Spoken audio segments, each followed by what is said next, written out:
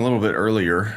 We're only like maybe 6-7 minutes away. This is the IGN stream, which is still going to just be the normal Summer Games Fest. The difference is that they have this before show preview crap, but this way we can actually pause it, because otherwise, if it's on Twitch, I can't. Just a heads up that I will more than likely record like individual reactions to certain games, you know, depending on which ones are actually good and whatever. I did just wake up, for those wondering. Yes, of course I slept in. And the wife's about to go to work, so baby Leon stream means you might hear him whining and stuff. We'll see what happens. If he gets too crazy, I might mute. Unfortunately for me, this showcase is going to be 2 hours long, which means I will definitely have to feed baby, and he might get cranky. But again, I can just mute, and you know, we'll just keep going at a steady pace, hopefully, because it is a Jeff Keighley showcase, which means it's probably full of ads. And then like maybe 2% new games and excitement. But at least it's not 4 hours long like the Game Awards are going to be. So you can hear him going crazy already. He's preparing. He knows he's going to be on stream. Anyway, hi Naxi, hi Croc, hi Artemis, hey Sai, hey Croc. Again, yeah. See, because you got number 2 on the community, that's why I had to shout you out twice. And then I don't know if BK, Prism, or Spooky are still lurking, but yeah, this should be a showcase about new games. A couple of them I read in the description and said these are going to be mostly games coming out this year, but you know, that's usually a lie. As you can see in the background, Nintendo is going to be at this showcase. So what I'm curious about is if this means that we're going to skip past the June Nintendo Direct, because we've had a Nintendo Direct in June for years now. Are they going to just forego the Nintendo Direct so they can focus their time on launch? And then this is where they're going to showcase a bunch of games. I'm really, really hoping that they suddenly go, Metroid Prime 4 releases today. Because I just think as far as marketing is concerned, that would be pretty cool to have a game like that at a wider audience beyond just Nintendo fans, you know? Yeah, maybe we'll see Silksong. It'll suddenly drop today. We're probably going to see Bloodborne drop as well. More than likely what we're going to see is just the Nintendo Switch, like, ported games and stuff. I know why IGN's talking about Outer Wilds, because the Outer Wilds developers are working on their new game, and guess what? They already confirmed it's nothing like Outer Wilds. It's different. I was going to play Borderlands 4, but I'm not so sure anymore. Nice. Welcome to the party. No, the thing is, I'm sure Borderlands 4 is going to be a great game, but I was talking with my cousin the other day about that showcase being one of the most boring things I've ever seen. Like, they did such a terrible job showcasing the game. Like, really. It was just them walking, for Christ's sake. So bad, dude. Side note, so yesterday in the State of Play, I wasn't too hyped about a lot of the games, but, you know, the internet's pretty hyped about them, so, I mean, that's cool. And in particular, I had a very lukewarm response to Neo 3, and then I ended up playing the demo of it on PS5 with my buddy Bobby, and yeah, that's a game. I'm going to pick that one up. It's open zone, kind of like, you know, kind of like Sonic Frontiers, where you're plopped into this big open map and there is a boss at the end of it, but you can kind of just wander around and do whatever you want in the meantime. But most of all, I think it's probably the best co-op experience I've ever had in a Souls-like, because you can set each character slot to having a password. So I was able to set one slot for a password for my buddy, and then the other slot was completely open. But then beyond that, it was just the fact that when we would die, we would resurrect each other. And if we died too many times, it would just be a restart. But we wouldn't never get kicked from the world, you know? Hey, Zuff. No, I never liked Neo. To be fair, what sold me on Neo was Rise of the Ronin. I really enjoyed Rise of the Ronin, and unfortunately for me, after like playing for 40 hours, I got pretty good at the combat, and Neo is the same combat, so it was like, oh, I get this now. Because otherwise, I always thought Neo's combat was needlessly complicated, you know? Hey, Annis. But the fact that it's so ease of use co-op, I mean, that always does it for me. Can't wait for Elder Scrolls 6.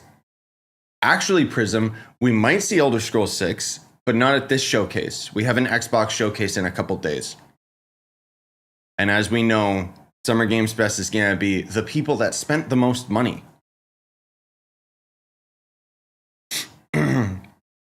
I'll admit, though, I never really cared for Souls games. The only one I really liked was Bloodborne. Well, you're in luck. Did you see the State of Play? There was a Bloodborne 4 demo. Of course, yeah. Hey, Lilo. Dude, I would love a Parappa the Rappa game to come back. But then they would have shown it at the State of Play, and that would have been Sony actually acknowledging their franchises that they killed. I don't think we're going to actually see Elder Scrolls 6, man. I'd love to, but...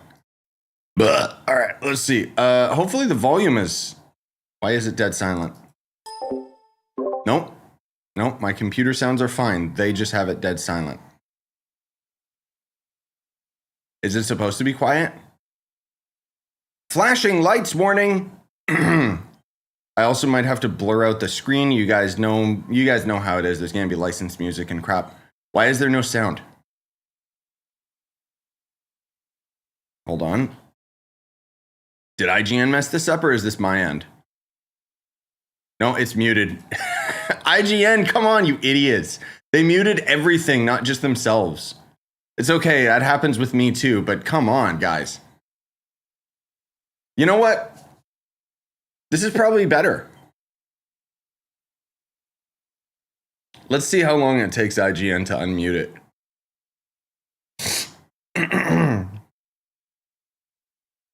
Like, and then they wonder why people make fun of their incompetence all the time.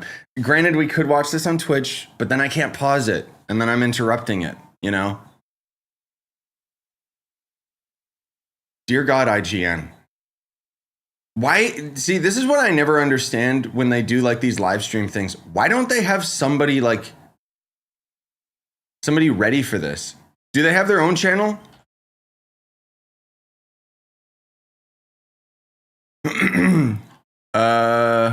Oh yeah, there it is.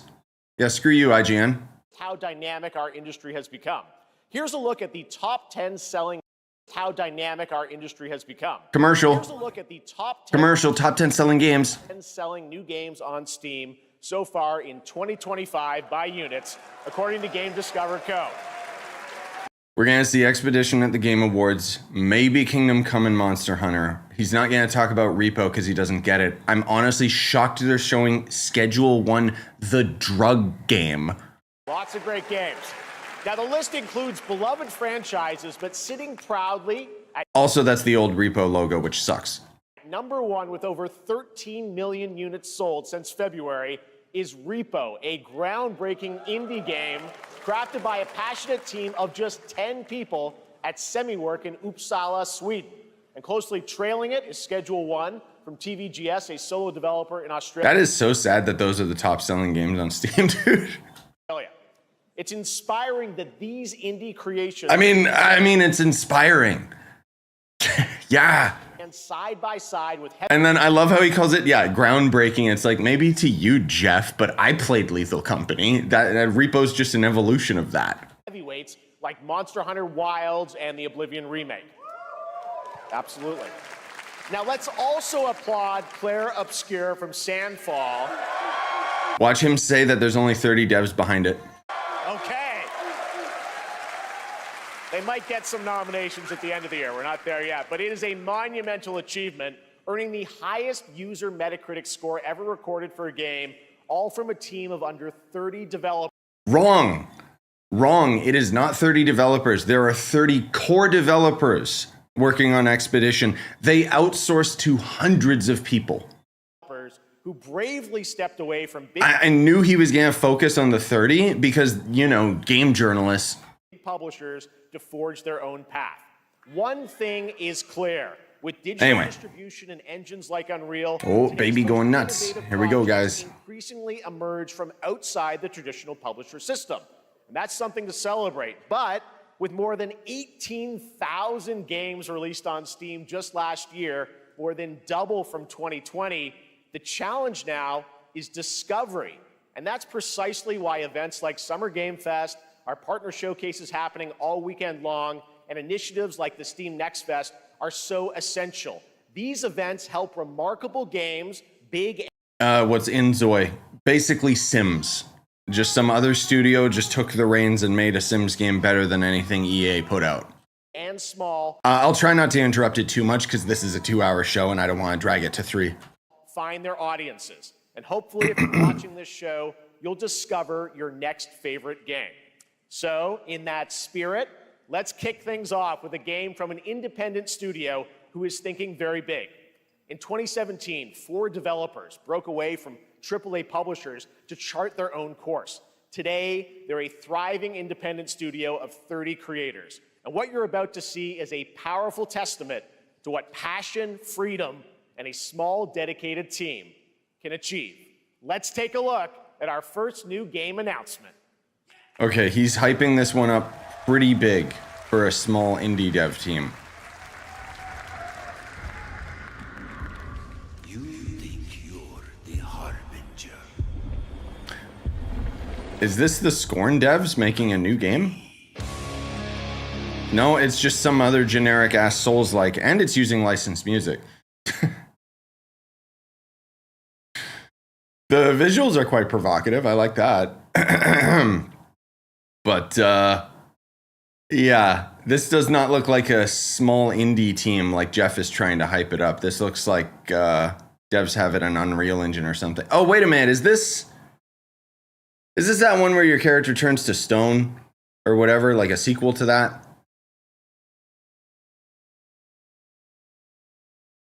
Maybe it's not a Souls-like. Maybe it's a action beat 'em up because I'm seeing a lot of like these punch animations and mashing buttons. Yeah, Mortal Shell, that's it. Is this Mortal Shell 2?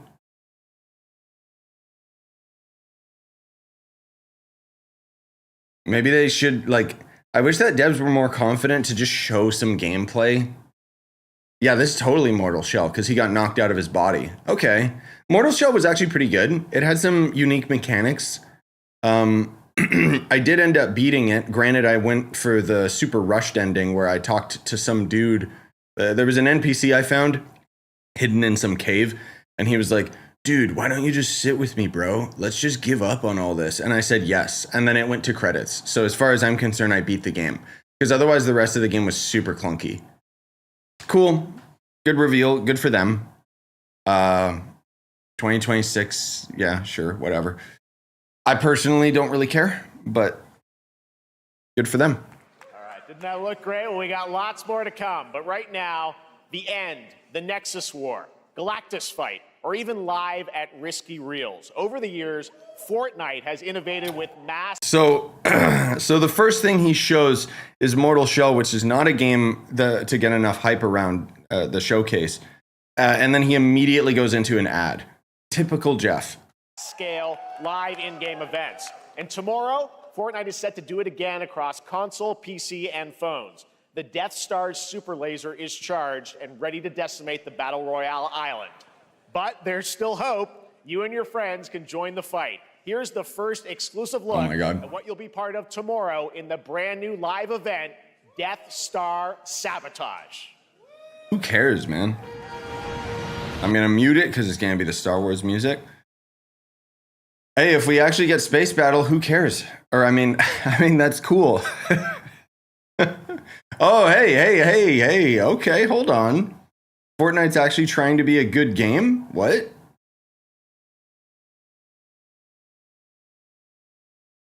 Looks like they're actually going all out with this one. That's it? Oh, never mind. Okay, that was garbage. Think I saw Jonesy. All right. Right now, it is an honor to welcome to Summer Game Fest a legendary game creator who is set Hideo Kojima, who everyone in the game industry loves and I low-key hate. to release his latest project in just a few short weeks. With each of his games, he pushes the gaming medium in bold new directions, and we are honored to have him with us for the first time at Summer Game Fest in person. Please, everyone, join me in welcoming the great Mr. Hideo Kojima. Yeah, see, All right. I think for me, like, okay, to clarify, no hate towards the man, but there's this situation that happens with a lot of people where I kind of feel like Hideo Kojima got famous for like his weirdness, or rather he got famous for Metal Gear and all the things that he pushed with the boundaries with that. And now he's kind of let it go to his head where he's a bit of a psychopath and thinks he's like some art director and some visionary. And everyone just keeps enforcing that on him by saying, oh yeah, the visionary creator. It's like, bro, Death Stranding was just ripping off Zelda. There's a lot more to it than that, but it's like, you know, like he let it go to his head. Mr. Kojima, here we are. The world tour begins at Summer Game Fest. Like even when Death Stranding 1 ended up getting all these criticisms, he's like, oh yeah, Western audiences don't like it, but the Italians do because they're more art inclined. And it was like, or maybe the game is just a piece of shit. It's great to have you here. We are so excited for DS2.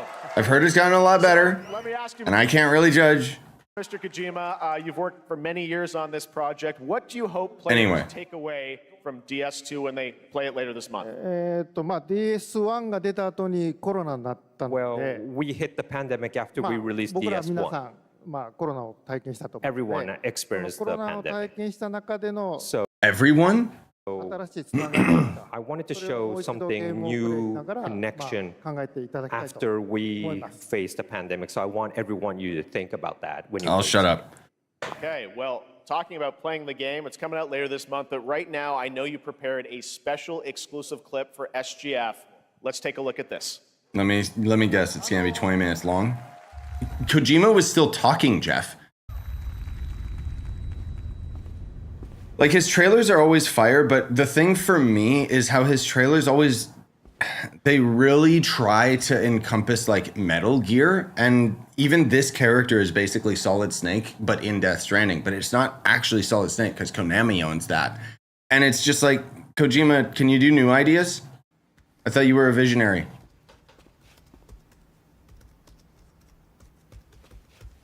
Hey, Gerbo.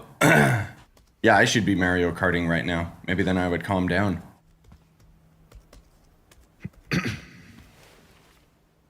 Welcome. Have a seat. Anyway, again, I'll try to calm down a little bit and shut up and save our save talking points for the fun stuff. Because you know there's gonna be some good games, and I know people that are excited for Death Stranding. Yeah, do I have you added, Zephyr? DM me your friend code if I don't. I didn't know you had a Switch too.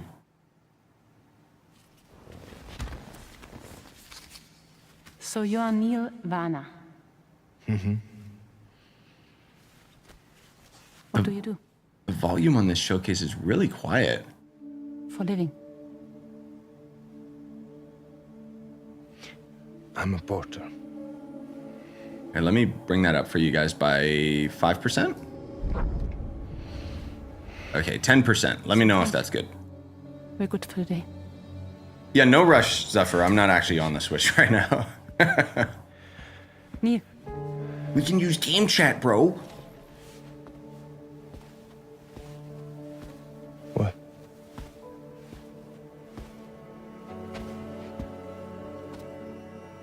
so you made it then. How long's the Game Fest? 2 hours. Probably 3 since I keep pausing it. You really don't remember me.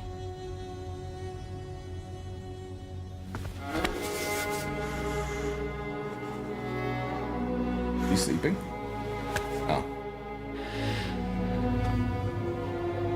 For now. But I need to be able to get at bottles. You're alive. No, that's fine. Just can you move over more? Stop! Stop! Jesus.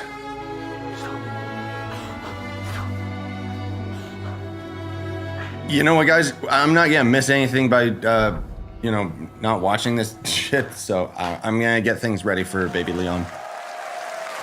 So much mystery.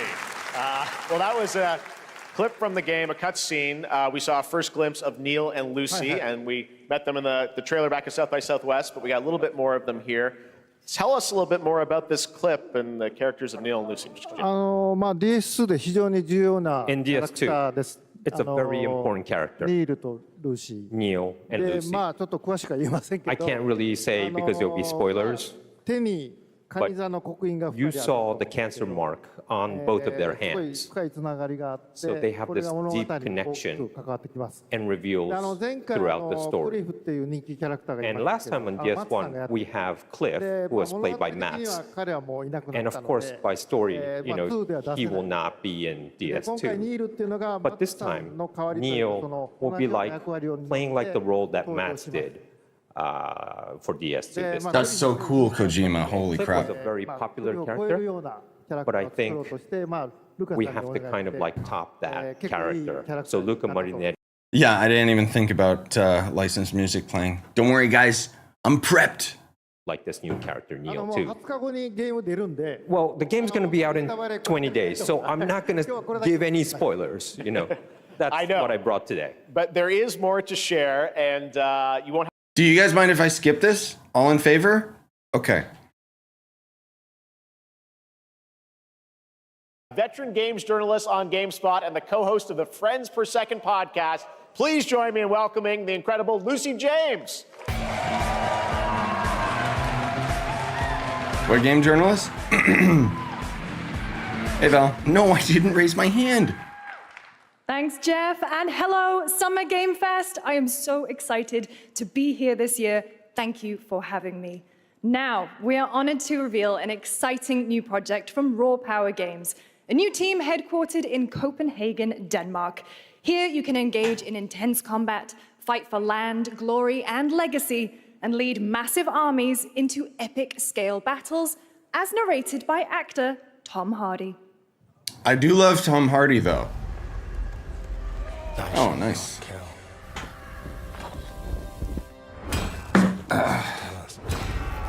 So the Lord commands. But ambitious men do not listen. I sought no war. But war found me.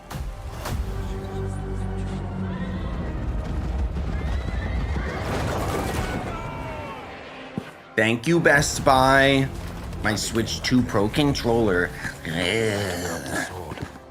Pray Excited to use that later. through my deeds. Try that out. Do a video review of it once I have used it for 50 hours. Once taken, have only one ending.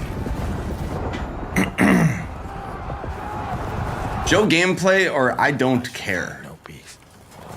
On this road. Also, I thought I had the volume boosted. I can't even hear him.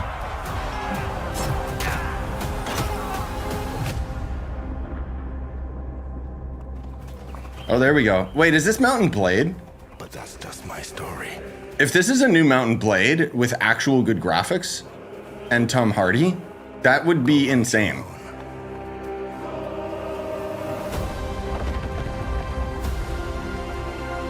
Nope, just someone who played Mountain Blade.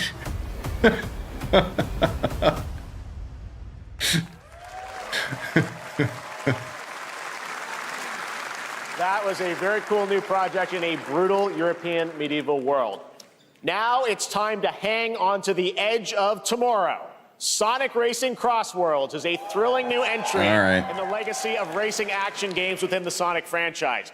Crossworlds brings other worlds and familiar faces to Sonic Racing, including surprise guest characters being revealed here at SGF for the first time. Yeah, these these Sonic Racing games are fire. I got Mario Kart, so I don't care. But at least this will be multi-platform. And these games are good. They're not great, but they're pretty good. Most of all, I just love the music.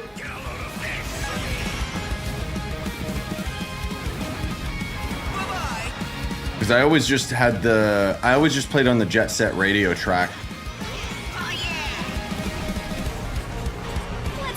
It's kind of like, dude, like, What I want from Mario Kart.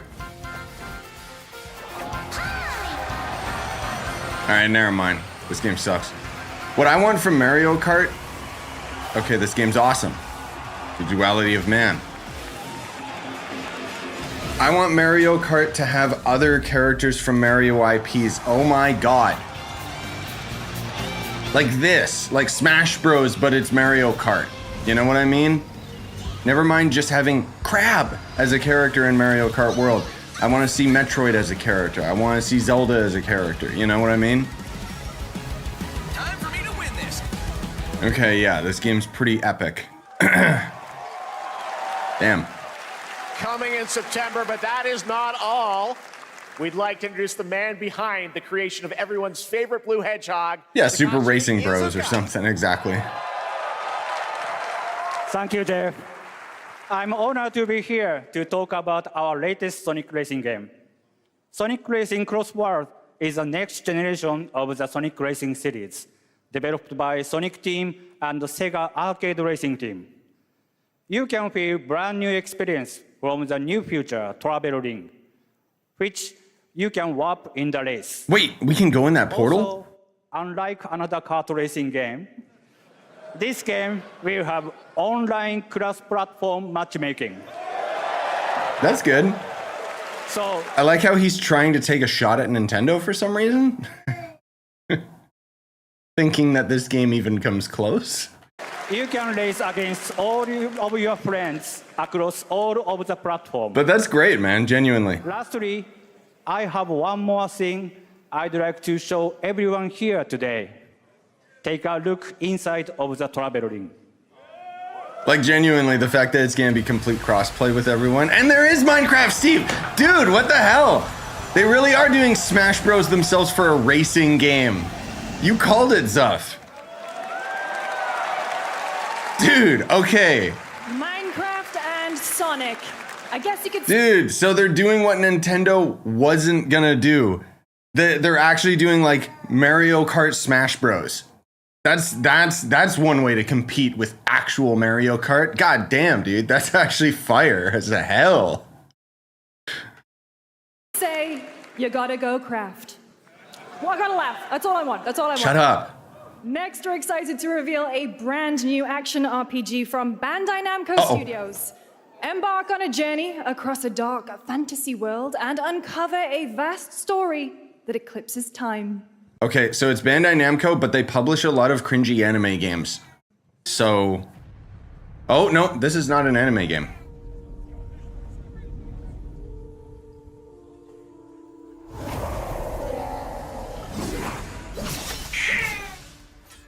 You're okay, baby. Do you want me to strap you to me?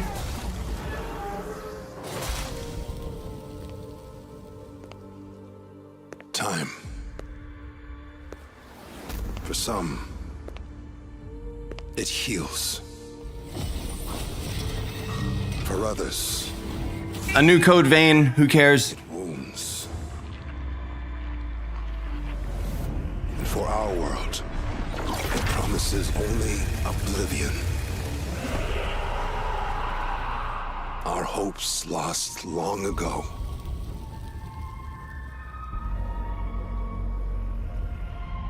But you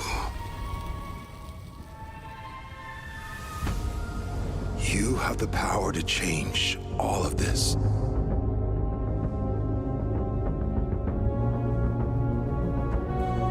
If time were a weapon to wield, could you undo the sins? Dad gamer. Dad gamer. In this time, Code Vein wasn't bad, but it was kind of the cringy anime Souls-like. you'll find how to save us all. When I fought a boss that had boobs bigger than her head, that's when I stopped playing. But I guess all the Zenless Zone gamers will probably really enjoy it. I like the art direction of this one. It looks a little more visual clarity. Wow, there's a mount. Okay, so they're copying Elden Ring and going open world. Dope. I don't care. Yeah. What do you think? Does it look good? You see the Godric ripoff? Yeah, Goon Souls. Goon Souls 2. Epic Game Publishing presents. What is this? Hold on. We might have a good game. Okay, hold on. We might actually have a really good game.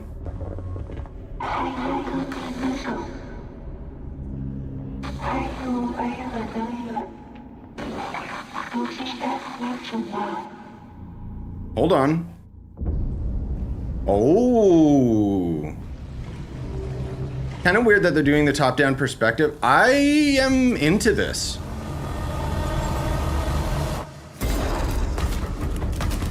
I am into this, dude. I would play this. So it's a top-down Souls-like, but with guns. Too much Souls-like, my god, but I like this. I like how cursed it looks.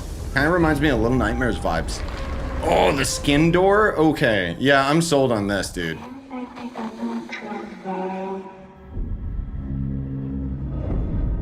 End of Abyss. 2026. Yeah, I'd play that. Very moody, cool new game. That was End of Abyss, the debut title from Malmo, Sweden-based Section Interactive, an atmospheric action-adventure game coming in 2026 to the Epic Games Store and consoles. Next, we'll step into the oh, it's only on Epic Games Store. Nope. black and white world of rubber hose animation with Mouse PI for Hire, developed by first-time developer Fumi Games and published by PlaySide, releasing later this year. Here's a quick new look at the game and the reveal of a familiar voice. Okay. There's something rotten at the heart of Mouseburg. Now, is this the game that's made by the Cuphead team, or is this the game where they're just ripping off the Cuphead style as a first-person shooter? There's one or the other. I think this is the rip-off game not made by them. There are those who would bend the city to their will. Dumb wise I know. guys, fake cheese Why whiz. don't you chill? And Just those chill. who do anything to save it. Oh no, I'm calling it, Kyle. When Nintendo shows up at this showcase, they're gonna hit big. Metroid Prime 4 releases today. They're gonna shadow drop it. I'm calling it, dude. Here we go. Yeah, I don't care about that. Another role for Troy Baker. All right, that's not all from PlaySide. Now comes the announcement of another ambitious project from this independent Australian developer. We've been talking to them for a while about this project, which builds on their recent launches of Kill Knight and Age of Darkness. But this takes things to a whole new level. It's a premium, real-time strategy game built for PC based on one of the most iconic fantasy franchises in the world. Any Lord of the guesses? Rings? Let's take a look. What do you consider the most iconic franchise, Jeff? Oh, oh, of course. What's this called again? It's like that Lord of the Rings TV show, but it's actually good. Yeah, Game of Thrones. You may think you know how the game is. Which was pretty good. I watched it like a couple years ago. Is not the game. And it straight up, like, what I would say is Game of Thrones is basically the good Lord of the Rings movies, but as a TV show. There was already another Game of Thrones game that released recently, so I'm guessing they're trying to get hype for like the new show, the Dragonfire whatever, which is really bad.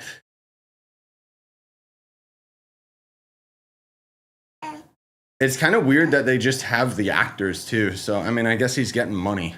Guys, look, it's the Like a Dragon live action or whatever. Friend Dragon? What's that stupid Disney show? No, it's not Disney, it's DreamWorks. Is it Like a Dragon? Is that what it's called?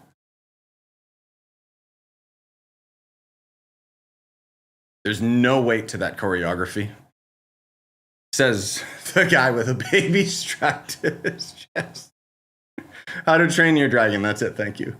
No! I thought this was an RTS. Oh, right. Of course it's an RTS. Because they always rely on cinematic trailers because they know as soon as they show the gameplay, people don't care. I know, baby. I know, baby. That's okay. That's okay. Game of Thrones sucks. I know. That's okay. Oh, look, no gameplay.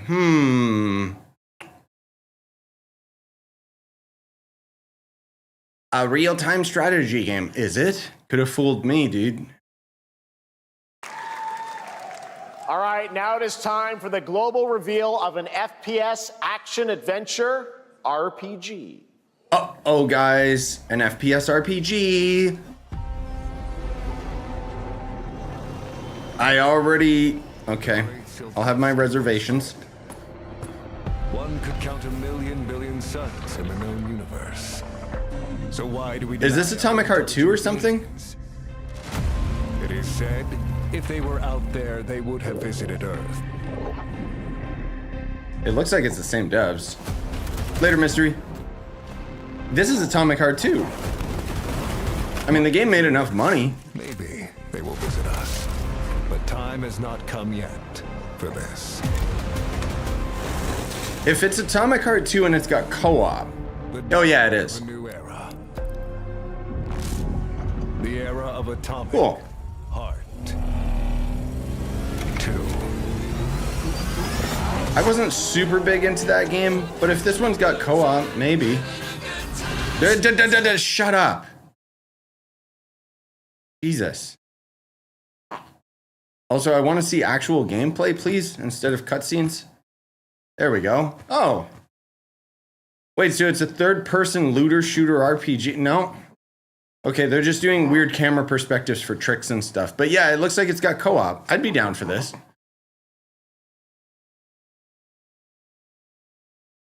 Good for them, you know, like, at the very least, the game is weird and unique.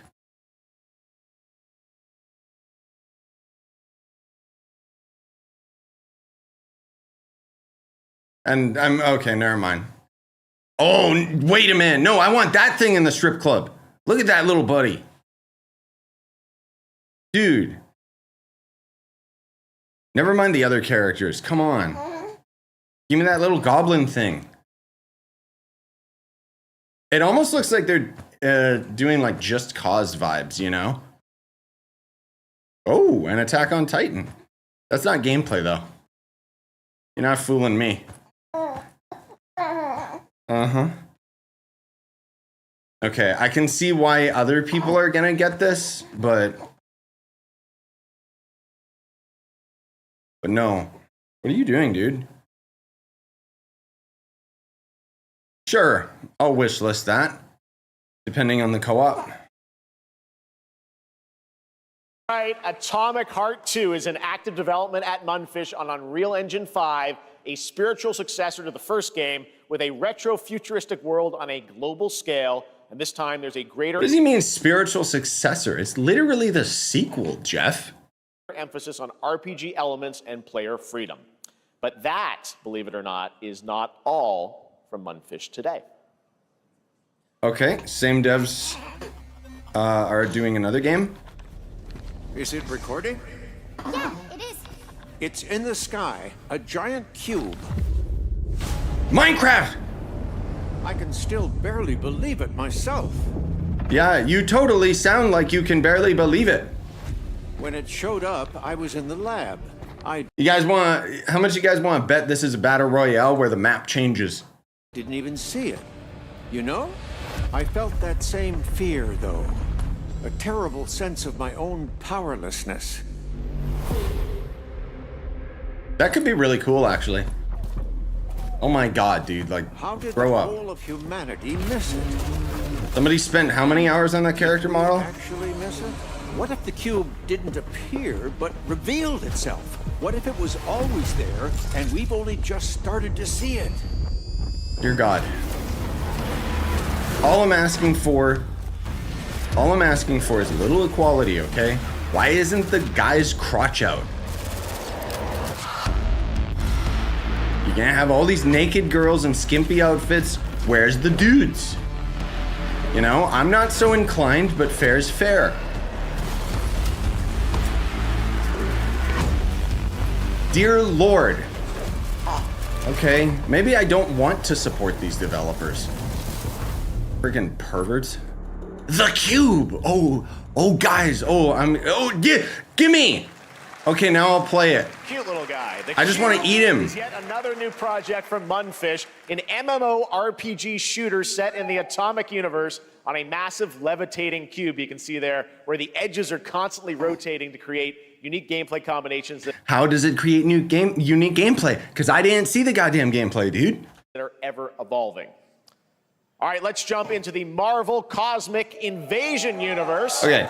I personally don't really care that much for this. It's the new Marvel fighting game they already showed at the State of Play. To summarize, I freaked out because I thought it was a new Capcom v Marvel, but no, it's actually a complete new studio. So we're gonna skip this.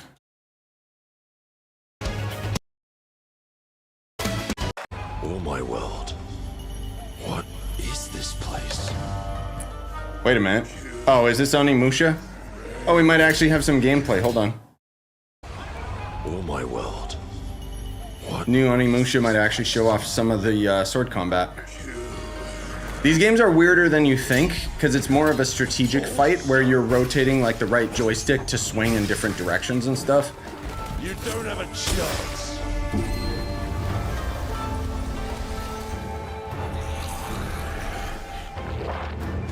Those games were very weird, and like the parry timing is harder than you think. Oh, new weapons. That's all right. Okay, baby, chill. Not enough. I need more. And it's Capcom, so you know they're gonna do good, but I'm personally not super hyped for this. I understand why people are, though. It's a pretty old franchise. I just wish that they would confidently show gameplay, though, instead of cutscenes all the goddamn time. Oh, guys, Ghost of Yote? Ghost of Yote collab? At the top, and it won't be a coward. No, just a rip-off character? Words never did work between us, did they? Sasaki Ganyu. Yeah, just go to sleep. Good lord. He keeps falling asleep and then wakes up. Ah, it's bright! Discord light mode! No!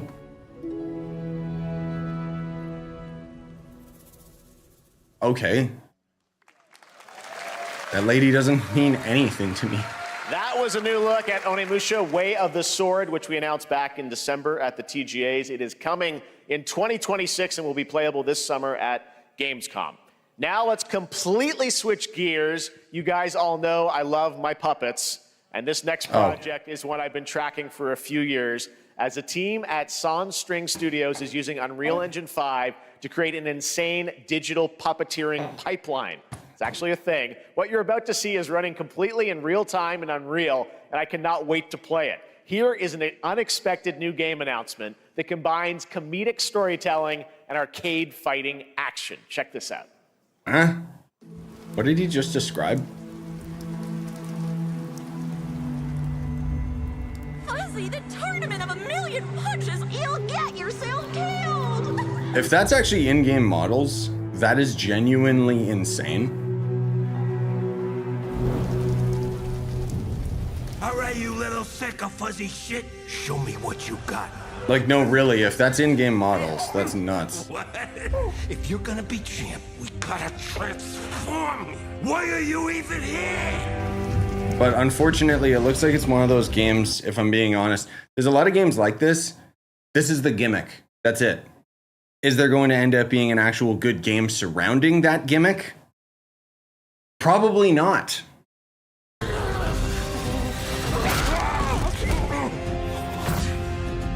Attaboy.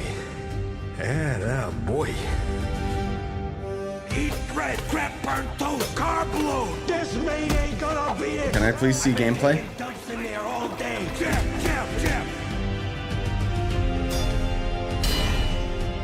Can I see gameplay now? Is that the gameplay? I doubt it.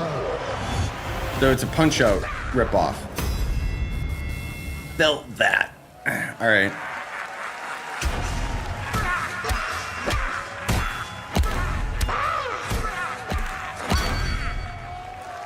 All right, that was a game.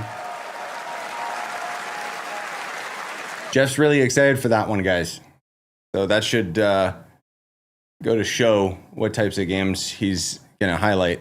Super fun. Got to wish list that, right? All right, well, next it's time to see the announcement of a brand new game in Deception We Trust.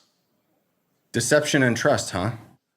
Splinter Cell? An ancient white castle deep in the mountains, lost to time and legend. Only the chosen find their way. Okay, so it's another... I can't believe it's not Among Us. That's way too late to the party. Here, gathered from every corner of the earth, divided yet bound, wolves and lambs, engaged in a perilous dance of wits, a game where truth is but a shadow. Enough theatrics, I'll get to the point. Killer Inn is a murder mystery action game. The killers lurk elusively. Yes, we've all played Among Us. We already know. And exactly, Val, I can play this on Roblox. And you know what? It'll run better. And it'll be funner. And have updates way faster. No thanks. Stupid ass, lazy fucking, like, industry. That's the thing. These companies chase these trends, but then the problem is that it takes like 5 or 6 years to actually develop a new game from scratch. So by the time they get to it, nobody cares. That was Killer Inn, a 24-player multiplayer game from Square Enix where you compete in a game of life or death using social... And of course, it's Square Enix. You know what that means. You can't die, like, right away. ...deduction skills to win. All right, it's hard to believe this next game was first announced at TGA in 2021. Silk Song, guys. Silk Song. Though it's been a while, their recent tech tests prove that some things are definitely worth the wait. I'm, of course, talking about Arc Raiders. This is one of the most anticipated games of the year, and we're excited to share a new trailer which will tell you more about the mysteries surrounding the world of Speranza and the long-awaited launch date coming later this year. From Embark Studios, here's the world premiere of the release date trailer for Arc Raiders. All right, who cares? It's an extraction shooter. I've heard good things about it from the tech demo test or whatever. I didn't get into it. Oh, dude, they're not going to talk about Marathon. With all the craziness that's going on with that, no way. Let your body settle into a slower rhythm. I'm skipping this. I don't care about Arc Raiders at all. And it's not gameplay. Jesus Christ. I thought this was summer game show, not summer cinematic show. That's right, everyone. Arc Raiders is coming October 30th, 2025 for PC and console. Congrats to Embark Studios. Cool.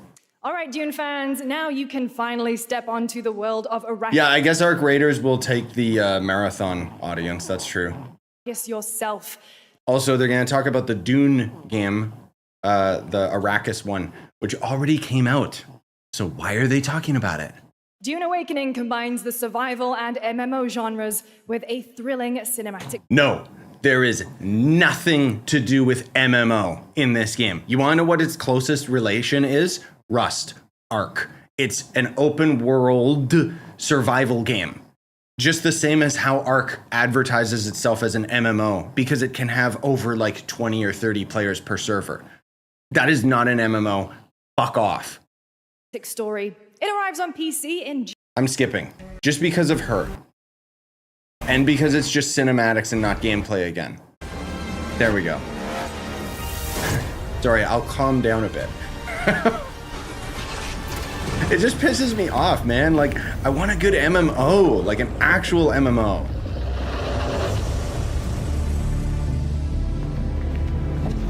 Dude, so many of these showcases are all cinematics and no gameplay. Leon fell asleep. He's so bored.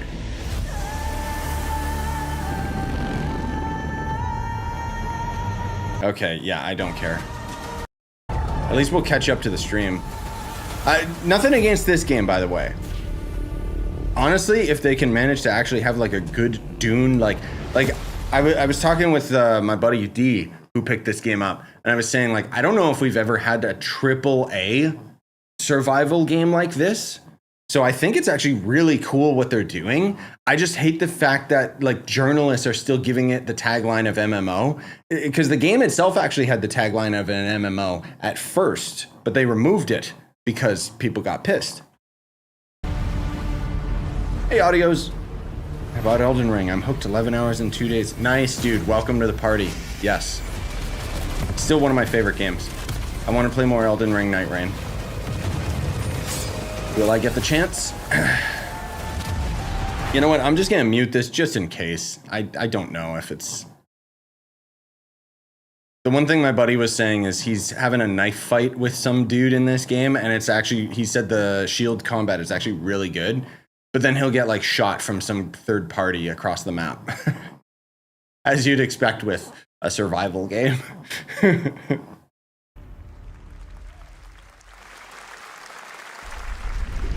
Oh, hold on. Oh, is this okay? If this is the game that I think it is, this is that game that has very, very provocative art style that is very akin to FromSoft. The world looks beautiful, but the gameplay is actually more like Bayonetta. So at least it's not a Souls-like. If that's what this game is.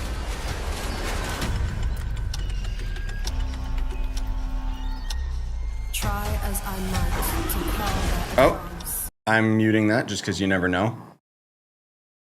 See, like, look at the art style, man. Okay, never mind. This is not the game that I thought it was. This is just another Souls-like. Elden Ring Night Rain, but actually, like, actually optimized. Is this like a new Godfall? No, no way. Too many Souls-likes, man. They all just look the same. Doesn't matter how much work you put into it. Imagine if this was Monster Hunter DLC. That would actually be insane. I mean, if this is some... You know what would be big? If this was a free-to-play game. But then it would be full of monetization crap, so I guess not really. But we don't have like a free-to-play Souls-like. Chrono Odyssey. Oh, okay. Okay. Right. Yeah, I keep hearing about that one. Oh, Honkai, who cares? Not me. Or no, that's not Honkai, sorry. Sorry, Withering Waves. It just looks the exact same because all these gacha games are the same. Oh, Lord. Out of all of the generic ass gacha games, I would say Withering Waves is the best one. I just, the character art is some of the worst though. Like all these, look at these characters. It's the most generic crap I've ever seen. But the game is actually an Unreal Engine, so it's actually buttery smooth instead of Genshin using Unity and feeling like it's from Unity.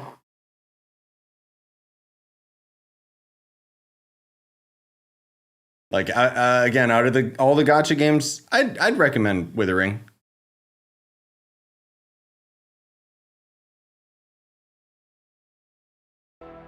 Man, we're just rapid fire, huh? A rat in the vessel. What? Oh, we've already seen the trailer for this. It looks okay. I know all your secrets. Hey, where is? Also, hi to anyone else that might be lurking and whatever. Oh, they got a demo. Okay, cool. That one's a Metroidvania as far as I know. That's Mio, Memories in Orbit, a stunning new Metroidvania platformer that has a demo on Steam you can play right now as part of Next Fest. What you're about to see next is a stop-motion co-op platformer where everything has been crafted by hand. Okay, cool for the devs. Once again, gimmick. No gameplay, gimmick. That's what happens when, like, again, that's what happens when artists create a video game because they're not good at making a good video game. Instead, they rely on their art talents, which is cool. But then we get games like, what was that era when I played? The Midnight Walk. everything was made out of claymation, and then they 3D scanned it into the game, and it was beautiful, absolutely breathtaking. And the gameplay was subpar. It's called Out of Words, and I'm honored to show it to you today. This looks like it's gonna be kind of the same thing.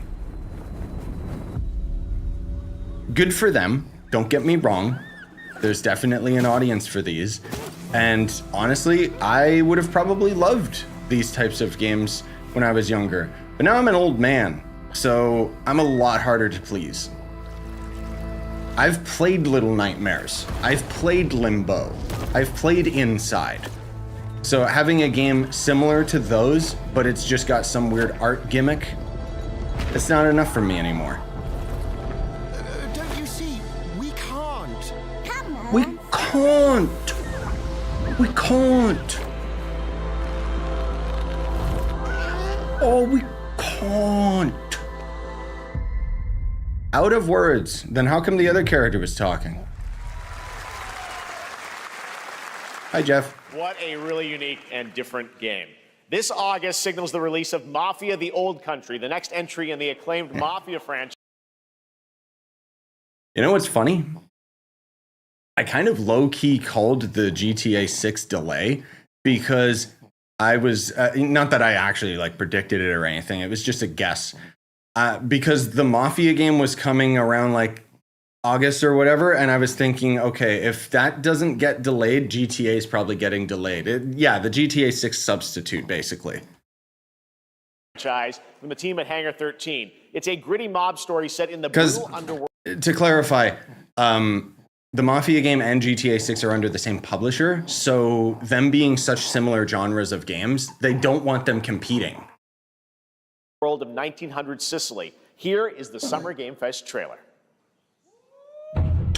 Betrayal burns because it can only come from... Not actual gameplay. Spirit of classic Lego play, and will also support a Friends Pass, just like Split Fiction.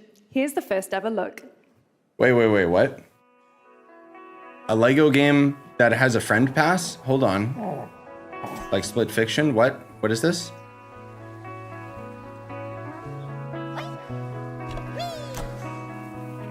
Okay, okay, I'm not risking it. That's probably licensed music. It sounds too good to not be licensed music. Is Lego making an art game? Because that's something I would actually get behind instead of all these weird indie devs. Okay, this actually looks fun. Wait, what the hell? We actually have gameplay at Summer Games Fest? What? And this has Friends Pass too, guys. So only one person has to own it. Yeah, I'd play this. Yeah, I would play this. This actually looks fun. What the hell? See, this is the advantage of actually showing gameplay instead of constant cinematics all the goddamn time. They made some weird, some weird co-op puzzle Lego game. Like, bro, what? I want to see how the building is. They're making it look like it's pretty fast paced.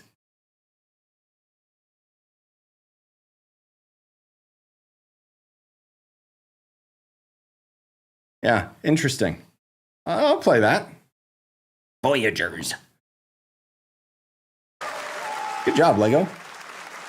Who the hell are you? Hello, Summer Game Fest. I'm Carolyn Lawrence, voice actor for a few familiar faces you might have grown up with on Nickelodeon. Oh. Some with squirrel suits, thank you. Is this the Nickelodeon fighting game? Some with science smarts, and some with serious attitude. Nickelodeon has always been about wild worlds and weirder characters.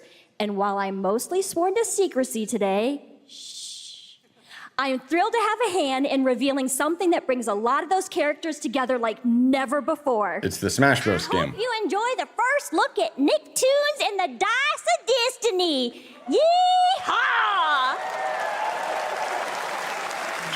She's so excited. A great evil would emerge. However, a brave and wise and powerful and ridiculously handsome wizard would call upon his magic powers to summon the most ferocious.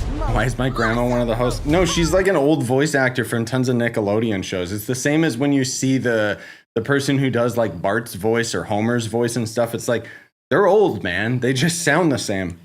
Radical team of adventurers the land had ever seen. They alone would be able. What am I looking at? Oh, a SpongeBob game. Okay. Oh. Okay, hold on. This actually looks good. No, show me more. Oh, come on. That actually looked good. Almost 2 years since players first stepped into the role of Geppetto's puppet to save the city of Krat from disease and puppet frenzy. Did he just say Geppetto saved the city from crack? Is he talking about Schedule 1? Liza P. Overture is a Liza DLC P. expansion to Liza P. It transports players back in time with new characters, environments, and of course, opposing enemies and bosses. Here's the exclusive new look. Liza P. Yeah, the Liza P. DLC. People are excited for this. The game is very heavy parry-centric, which is why it didn't really click with me. But I've heard really good things about it. Most of all the weapons are actually really cool because you can combine like the handle with the blade and come up with some pretty weird builds. But okay, what? Why isn't it a puppet? See, I'm assuming that the bow and like the claws and the gun on his arm, I'm assuming this is all new stuff that I should care about. But because I don't know this game,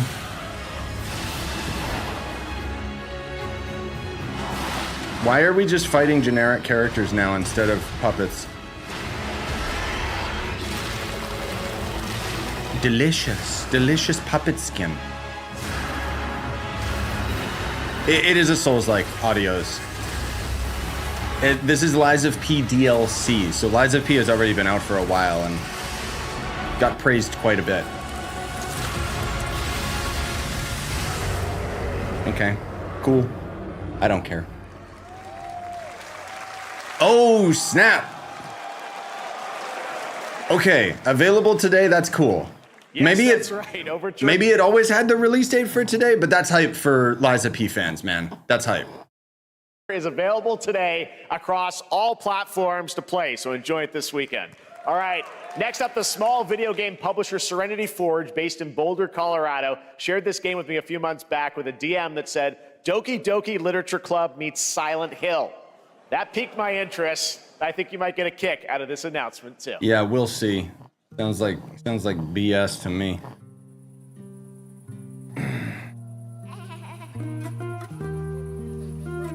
So Silent Hill, but a dating game? Is that what they're talking about? All right, let's see if Baby Leon will let me actually sit down. I sit at the front of the dinner table where he used to be. Oh! Plates full. Sometimes he'll get all like, I don't want to sit down. Plates of Dude, you know what? Jeff's right. This totally looks like Silent Hill. plates of angels. Plates of her legs. Beautiful. Broken. Plates of flowers. Yeah, this is why I play Silent Hill. Plates To walk around and farm. The garden is lush and green, and everything's focused. Dinner's ready. Oh, dinner's ready. Okay. Itadakimasu. I'm sorry, that game looks like shit. There's a hunger that feeds and blooms, and I will feed. Jeff should not have opened with Doki Doki Silent Hill.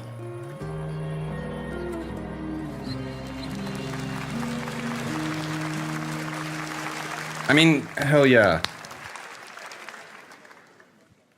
I wouldn't recommend eating those tomatoes. All right, NCSoft is expanding its Blade and Soul universe. Let's take a look at the rich lore and dynamic action in Blade and Soul Neo, just out on Steam, and Blade and Soul Heroes coming soon. Okay, how much money did they pay to get on this showcase? Isn't this game old? Like, isn't this game really old?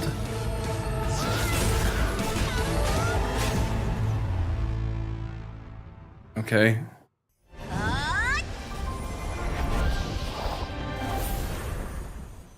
Bro, show me the new Dragon Sword game. Oh my god, don't render your cutscenes out in like 14 frames per second, dude. Jesus.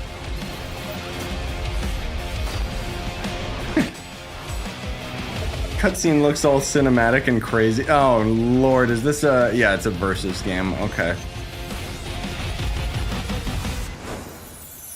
Alright, I don't care. Cutscenes looked insane. Wow, someone's ripping off League of Legends. New game? Something actually to get hype about? Tower of Fantasy? Or is this that new Atlas Crystal game? What is this? Or is maybe this is just more Neo? Wait, is that One Punch?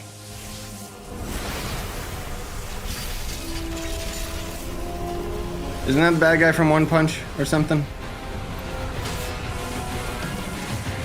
Maybe they're just ripping it off. No, it is One Punch. Yeah, okay. See, I'm still in the loop. So the only hype thing coming out of this is that we're probably gonna get season 3, and maybe it won't suck ass like season 2.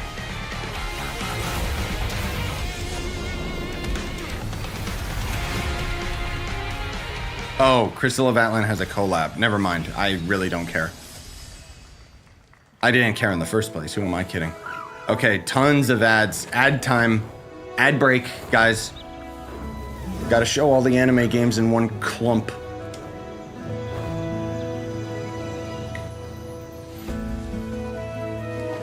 Seven Deadly Sins. I tried so hard to watch it. I tried so hard, dude. I got so bored. Okay, this actually looks like it might be a good game. Dude, if this was... Imagine if this was a free-to-play gacha game. That would actually be hype. Because I'm not against gacha games, but I just want a gacha game with an actual, like, established IP, you know? Instead of just another generic, like, Chinese gacha game with stupid, busty bimbos.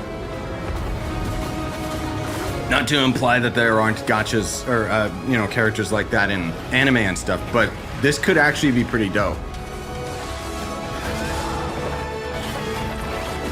Like, I always think, man, what if we had a Zelda gacha game? I know most people would be like, Nintendo, brr, but for me, it would be like, oh, hell yeah.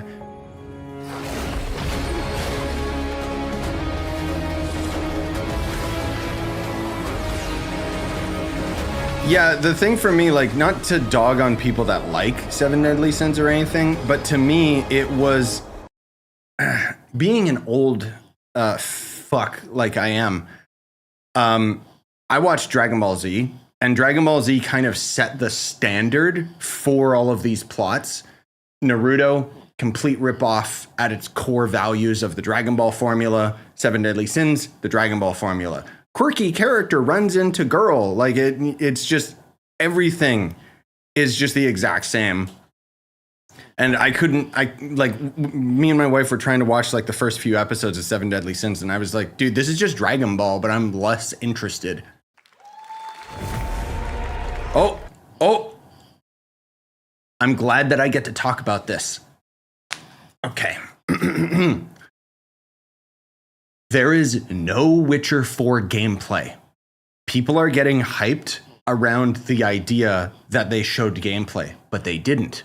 They showed Unreal Engine 5's tech demo, but they placed that tech demo within the Witcher universe. It has absolutely nothing to do with The Witcher 4. But people on YouTube and game journalists and everything are all going, Witcher 4 gameplay? Pogface? And it's like, no. Okay, I just wasted like 5 seconds talking about something they're not even gonna show. 5.6 is available today. Sorry. This is a technological showcase set in the world of The Witcher 4. Nope. Human Creator is now fully integrated into Unreal Engine. Yeah, they're basically just showcasing how good Unreal Engine is, which, yes, it is, but who cares? Epic Mega Grant, and it's now a serious contender for Game of the Year. Anyway, Unreal Engine, we get it. They're recapping all the games, come on. Of nature. Unleashed genetic power. They're making a Jurassic Park game, wow.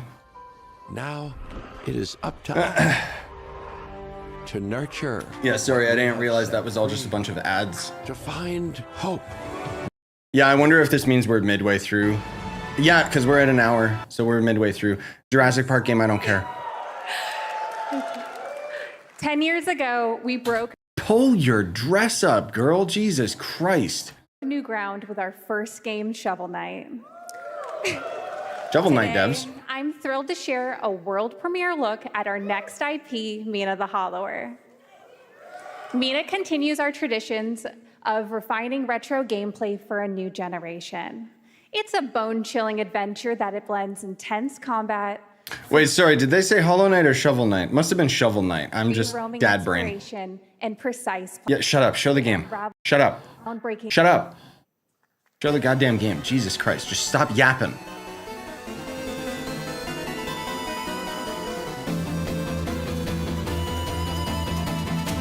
Okay, so it's Zelda.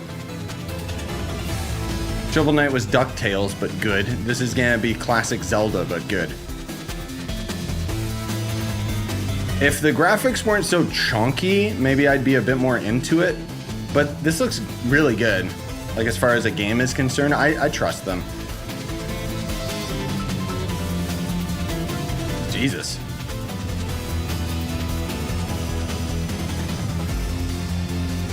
Good for them, man. Good that they can get away with having something like that. Dope. All right. This is a special one. Our next game comes from a well-known developer that has done... Yeah. Oh, Final never mind. Bossman, everyone. Who? Final Bossman. All right. Well, let me see what this says.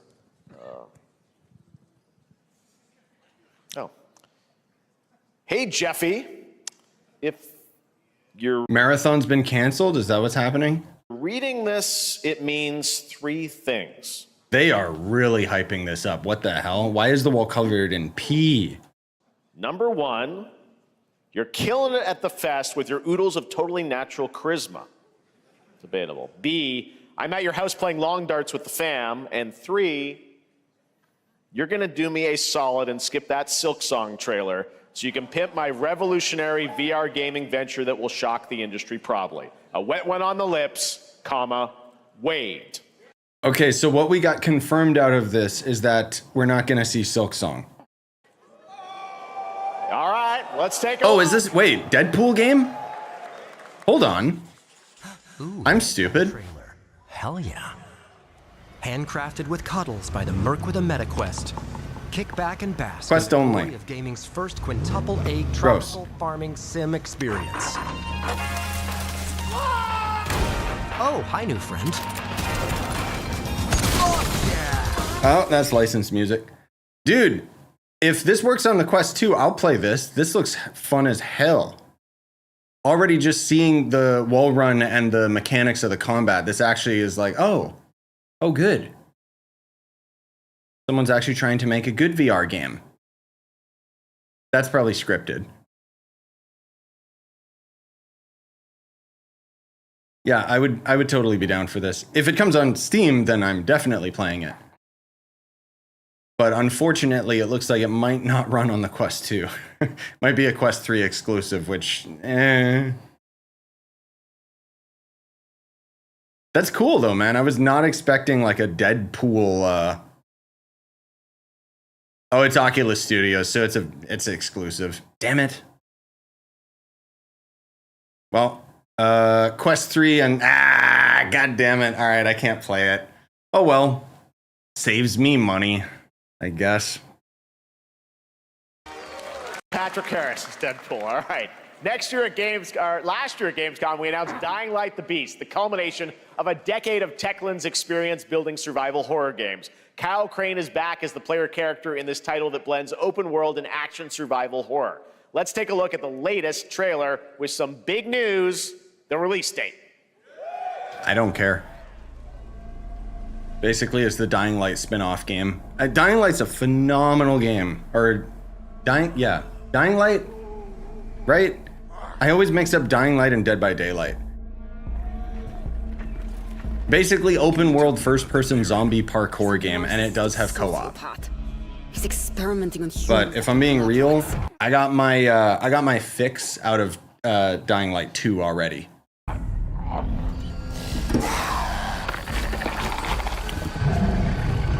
God only knows what the Baron's planning to do with those monsters. I'm sure the game's gonna be fantastic. Don't get me wrong. I just been there, done that, you know? No, nothing on State of Decay. State of Decay, I think, is under Xbox, right? So maybe at the Xbox showcase in a couple days? Who knows? Ugh. Graphics look a lot better. Can't wait for it to run like crap. Cars, nice. I like that. That's a nice step up. I don't care how high his walls are or how big his army is. That fucker will pay for what he did to me. Yeah, you tell him. All the agony he put me through. You want revenge? Damn right I do. Looks like they're leaning a little more into the gunplay with this one. That's very interesting. Oh my god, that is a beautiful flame sim. Wow. It's tough to get good fire in video games. Ooh, your character actually gets like zombie powers this time. Because you kind of did in Dying Light too, but not really.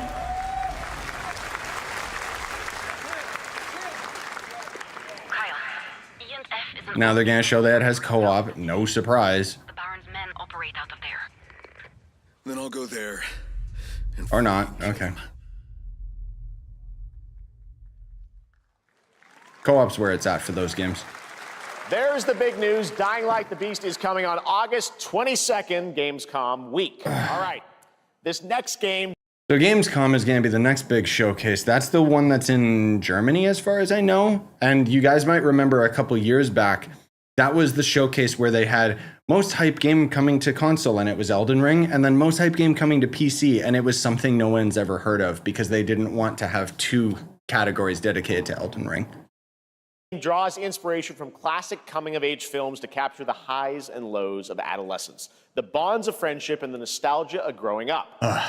Mixtape comes from Beethoven and Dinosaur, and Annapurna Interactive, and this is your exclusive new look at this game that plays like a love letter to teenage memories. Ugh. What are we doing? Just another one of these generic-ass coming-of-age, learn about my sexuality games. I'm sorry, I skip. I don't care. Life is strange, but I'm not, basically. Hold on. Never mind. I really don't care anymore. Where harmony reigns. Is this Fortnite? I saw that fish guy. The hell is this? Your destinies are sealed. It better show gameplay, and the gameplay better be like Escaping them. insanely good. Top-down roguelike? That is why we must end you. Right here and now. On your guard. This is gorgeous. Take this. I knew nothing about this game, and I knew it was going to be a top-down roguelike. Getting started. Let's put it into action. Oh, look, it's a crappier fantasy life. Okay. Yeah, I don't care. Fight for a future filled with hope. Because isometric is just so much easier to make, right? Like, it would have been so much more stylish if it was like a side-scroller or third person or something. But, another anime game, who cares? And an anime title. Hold on. What does that say? Jesus Christ, what a title. Tower and the Guardians of the Sacred Tree. Bro, no one's gonna remember that. I already forgot. A beautiful game. That was the global announcement of Toa, a new roguelike from Bandai Namco. It is a roguelike. Brownies, a game drawing from classic Japanese art with a whimsical spin on Eastern mysticism. Next, we want to introduce you to a game made by a first-time solo developer in Bandung, Indonesia. With the help of 9 of his friends, he's built an intense... With the help of 9 of his friends, so that's not a solo dev.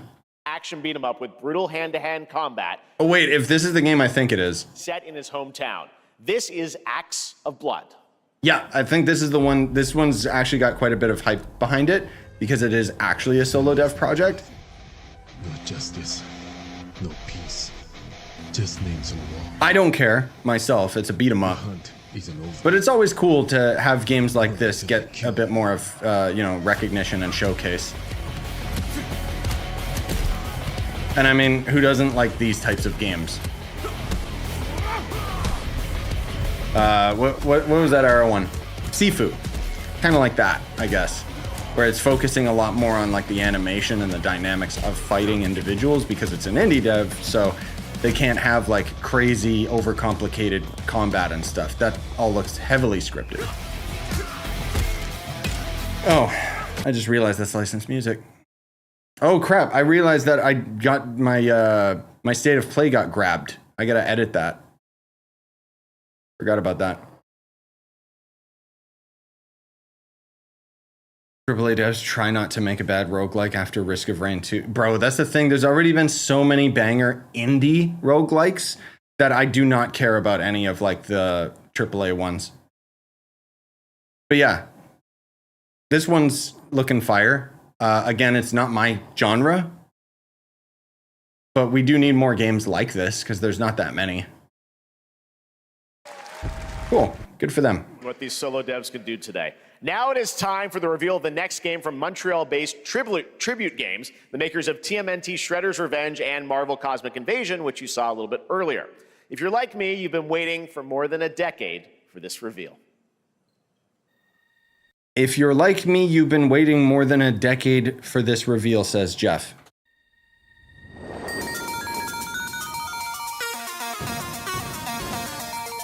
Is this a new Mega Man? I mean, the music's fire. But what the hell is this?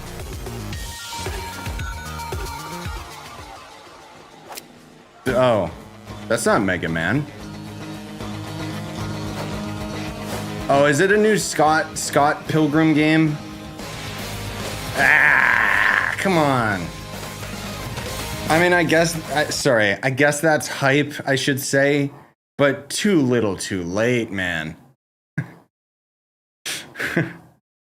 I think, don't get me wrong, I know people are gonna be hyped as hell for this one.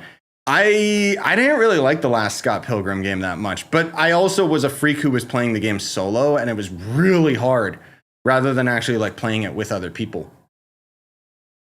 I don't mean to dog on it or, talk negatively towards it. It's just from my own personal experience, it's like, whatever.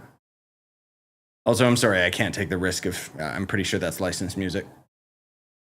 I did like the Scott Pilgrim movie back in the day. That one was pretty good. Wish we got a new one.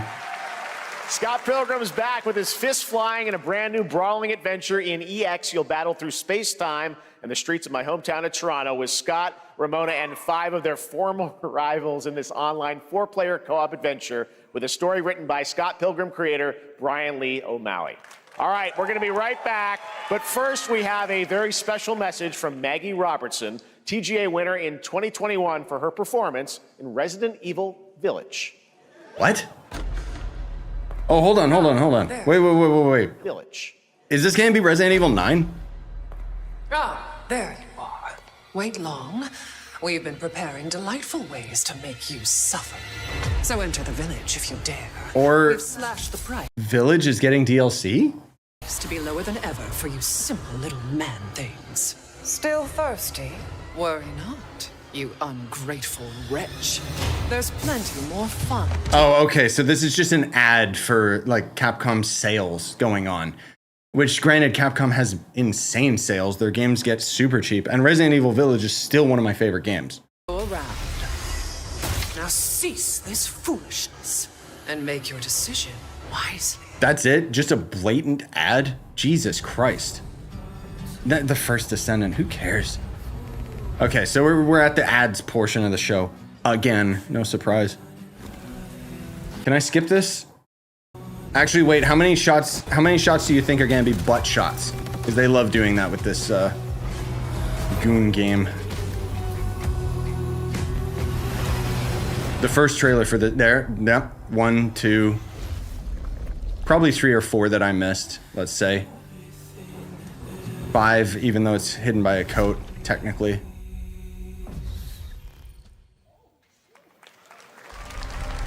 Since the dawn of time, humankind has been obsessed with the hard. Guys, new Titanfall. Oh my god, they just revealed it. It's totally not Goat Sim DLC. Now, a glorious morning has dawned. Imagine this is the State of Decay 3. Simply harder.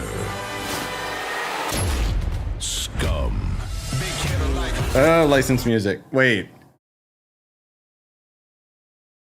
isn't Scum isn't that a super old game?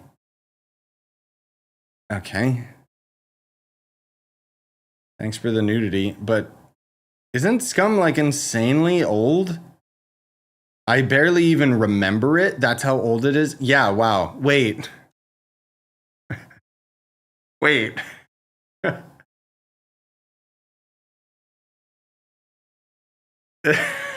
Okay. I don't think I can comment on that, but let's just say that this is a game that has been in early access for a very long time. So much so that I would not recommend getting the 1.0 version. That is very questionable. IOI partners. Oh, this is the James Bond game? Come with me. So, I don't know if this is the James Bond game. IOI is supposed to have their own dedicated presentation later today at 6 p.m. Pacific time. I don't know if I'm going to bother stream reacting to it because it's probably just going to be Hitman deals and stuff. I'll probably just watch it myself, but that's where they're going to showcase the actual Bond gameplay. More licensed music, good. I love it. I don't think this is actually Bond, but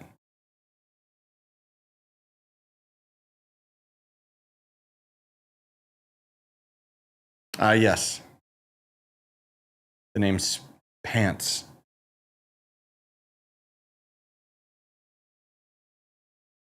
Wait, we saw this. Wait a minute. We saw this. Hold on. We saw a trailer for this at the Game Awards, and it was the most generic shit we'd ever seen. So much so that I completely must have blocked it out.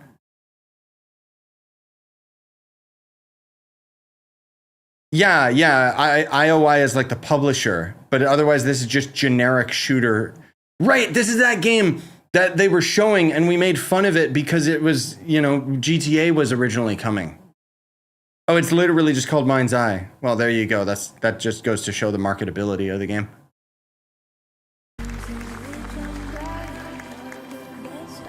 Okay. Hitman's gonna be in Mind's Eye. That might actually make it good. Hi everyone, I'm Hakan Abrak. Yeah, I don't care. We're to make nation. Okay. Hold on. Let's take a look. So they are actually going to show some James Bond here. I'm assuming they're going to show more of it at their dedicated showcase, but I'm really curious about this one. Your target is the elusive Shadow Banker, known only as... I genuinely think IOI making a James Bond game is a match made in heaven. Because if they just do the Hitman formula, but iron out the hand-to-hand combat and the guns... Le Chiffre, a financial mastermind with suspected ties to the criminal world. Oh, okay. They're doing weird collabs. Okay. They have him from Casino Royale, but the James Bond is not the same Daniel Craig. He has arranged a high-stakes That's weird. game at the Casino Monarchique in Paris. Our clients have deemed this unacceptable. I've invited these people for a reason. I know their weaknesses. Mr. Rengang, he's true. Wait, why is Hitman in... She likes a drink. Jesus Christ, if that's the whole level, that is gigantic. Smith, no. He's the only wild card. Well, this is turning into an interesting evening. Welcome to the VIP room here at the Casino Monarch. I thought this was James Bond. Why is it Hitman? Reaper. Unusual name. Names are for friends. Wouldn't you agree? Okay. I don't... Oh, it's some... Okay, so it's a pre-ad for the James Bond game. Okay. Weird. Hey, Vortex. They actually did have a couple exciting reveals. None of them that I wrote down, so I'm sorry I don't remember any of them, but I have been recording little clips here and there that I'll collab into something. Or combine into something. Anyway, yeah, I don't care about Hitman DLC. I'm sorry. So coming to next target. You know, a lot.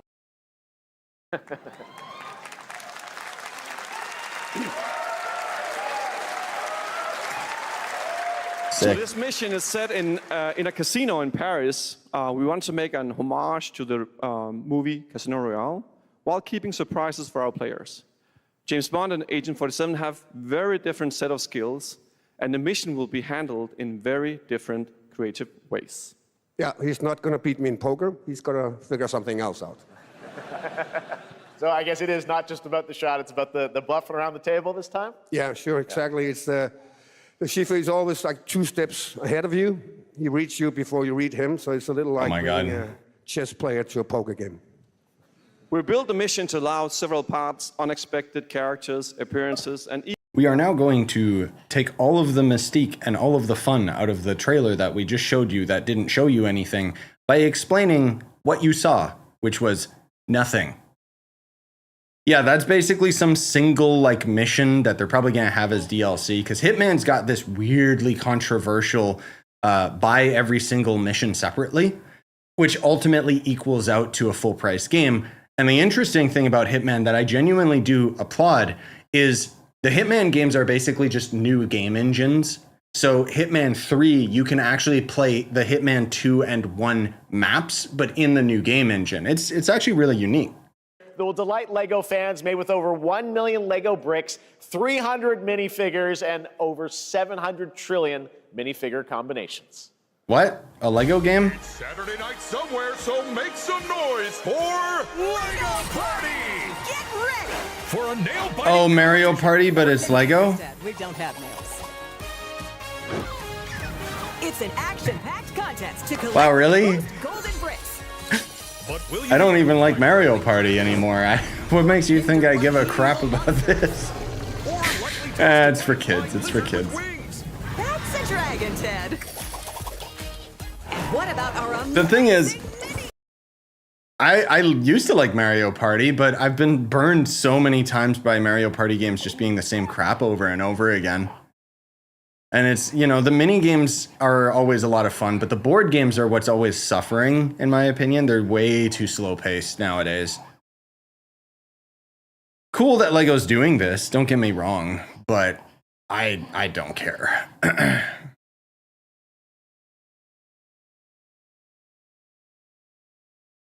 Mario Party just needs 4 idiots to play with. Yeah, true. But they're all the same, you know? They don't really evolve. Whoa, that Hey, is Bish. mighty tasty. Anyway, yeah, I don't care about that. Cool. Hello, baby. Wildgate. All right, next, a new look at a new team shooter from Dreamhaven and Moonshot Games. 20 players across 5 ships venture into the most treacherous region of space, hoping to get their hands on the artifact. The game is called Wildgate, and the open beta starts next week during Steam Next Show Fest. gameplay. And we're also very happy to announce the game will launch on July 24th for PC, PlayStation 5, and Xbox. Who cares? Let's see what it means to get into some serious space shenanigans. Yeah, show gameplay.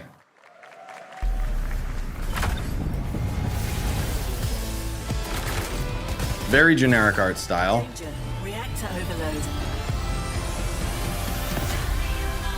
Now, is this PvP? No, licensed music. Shut up. Because if this is PvE, I might actually play this. Like, it kind of looks interesting. No, that's PvP. Okay. It's an extraction shooter. You're trying to... Yeah. Who gives a shit? Yeah, thanks, Vortex. There was a few games, Vish. I'm sorry, I'm a little distracted. So I didn't write any of them down. I've just been recording like little clips here and there, so I'll have my usual video that summarizes Game Showcase or Summer Games Fest. Don't get me wrong, this game looks like it's actually doing something interesting with the extraction formula, but I don't care. I'm proud to reveal to you the next game from Toronto-based Drinkbox Studios, the team behind the Guacamelee series and Nobody Saves the World. They're making a full 3D game that can be played alone or with a friend in co-op. You can find out more during Day of the Devs right after the show, but for now, here is the global reveal of Blighted. No, I'm not gonna watch that. Looking over this decaying I'm not watching the other showcase. You gotta show it to me now. How did it all come to this? Now, these are goated devs. Their games are actually insanely good. The dead buried with a seed from the especially the Nobody Saves the World game. Me and Bobby played through that. Who ate of the fruit, saw the lives they lived. And can you show gameplay, please? Generations until Sorcisto. Show gameplay. There it is. Oh my god, of course it's another top-down roguelike. I don't give a shit. Top-down Souls-like. I especially don't care. It's got co-op though, and I'm sure it's gonna be a great game. At the very least, if you want to get into one of these types of games, these devs will actually make something good instead of that anime garbage we saw earlier. Before the blight does. Blighted. I'm blighted by the sounds of it. God damn, I'm being negative. Ill. Guys, I'm ill. There is more Blighted coming up right after the show in Day of the Devs. All right, next is a first-person survival action horror game from Team Clout. It's a new team of 50 with founders in Canada and Armenia. They partnered with the new Munfish Powerhouse label to bring this insane Unreal Engine 5 game to life with unpredictable monsters and visceral dismemberment. Okay, hold on. Here is your first look. Hold on. This actually sounds good. And since it's Munfish as the publisher, it means that it's not just going to be generic AAA slop. It's going to be weird. Very weird. Ooh, okay. Oh, okay. I don't like that they're naked. That's kind of demonetizing, but I might actually play this. A survival game that actually has an interesting setting? What? Dude, is this I Am Legend the video game? Bro.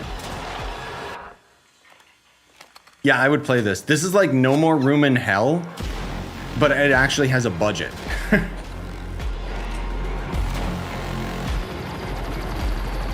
Hey. Whoa. Dude, okay, the crowd sim is actually really cool. I like this. I like this a lot, actually. Ooh. Yeah, I'll play this. Yeah, I'll play this. What the hell? Dude, that looks so cool. Ooh. Oh, he's fast and weird. Oh, I like it. No, don't kick the baby. My baby boy. No. Poor little babies. All right, Mecha Break Jesus is one Christ. of 2025's most anticipated shooters, with its previous beta amassing over 3 I'll play that, dude. That actually looked fire. and 3 million. Especially if it had co-op. In this game, you explore a sci-fi universe. Okay, I'll tell you what the game actually is. It's a hero shooter. Mecha Break is actually really good as a hero shooter because unlike Overwatch and all that stuff, this game is extremely fast-paced. Like, dangerously so. I'm assuming that the gameplay they're going to show is going to be super slow. But when I played it, oh man, I really liked playing as the healer because you can be both aggressive and fighting the enemies while also like healing your team. And I ended up getting like MVP in like multiple games because I'm not a coward. Most healers, you know, they stay at the back of the line. I was rushing in, dude, and it was so fun. Licensed music. Anyway, there's probably a campaign, but that's not why anyone's playing it. I heard a while ago, people making a game where the AI adapts and evolves with your playstyle and changes it up. I forgot what the game is called, though. That would be cool. So like Left 4 Dead. Not a new concept. It's just game devs are out of ideas.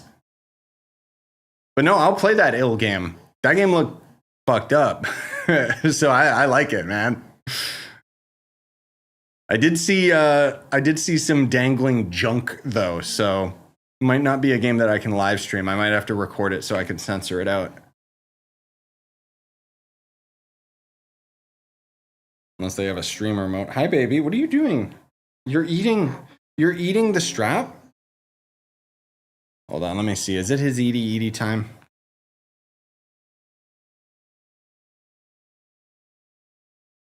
Might have to feed him while we continue the stream here, guys. Oh yeah, he's definitely hungers. But so far he's not whining. You can last a little bit longer, baby. We got like 20 minutes of this crap. Show gameplay, for Christ's sake, dude. Stop showing cinematics.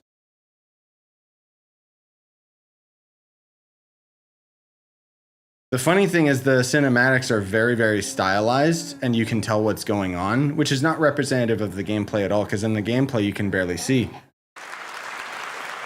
In this next title, small-scale players traverse the oversized world around them, filled with local wildlife and hostile machines.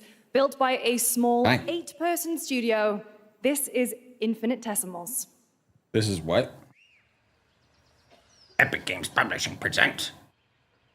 That means it's not a small dev team. They got a big publisher behind them. Mechanical support. What are you doing, baby? Are you actually hungry? That why you're freaking out? Oh, guys, it's grounded, but serious. We must now face It's a Bug's Life. It's grounded, but they removed the beautiful, like, art style of the game in favor of generic-ass Unreal Engine.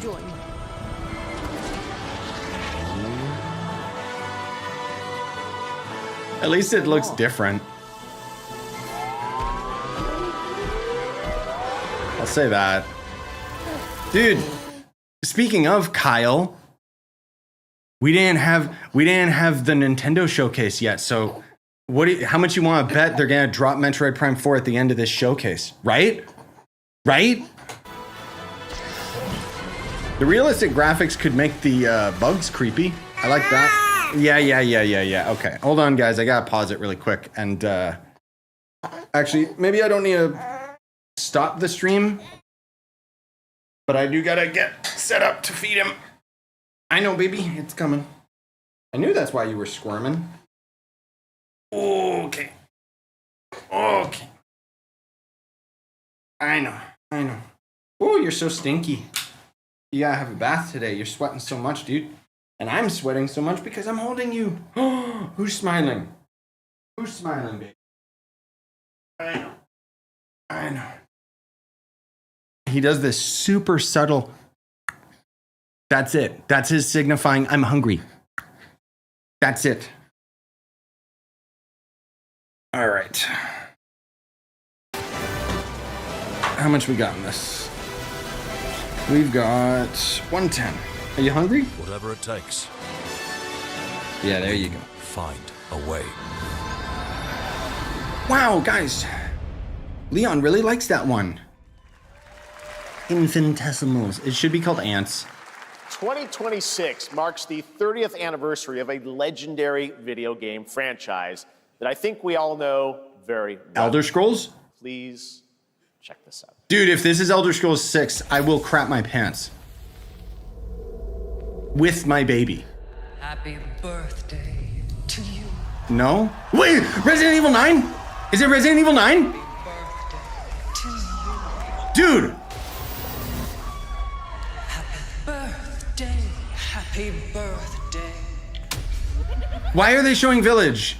It's just celebrating the 30th. To you.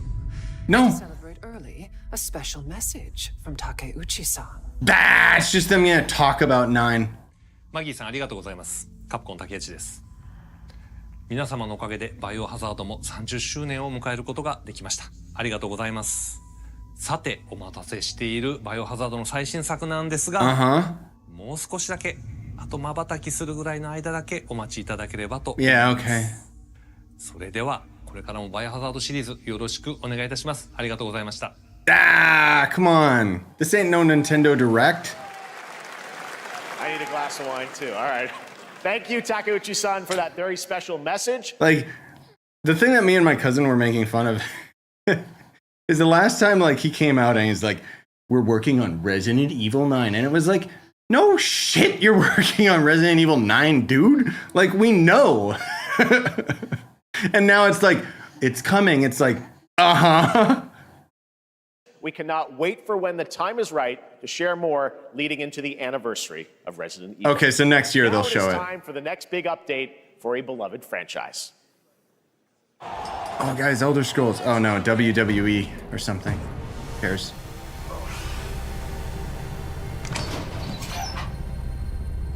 Let's rumble.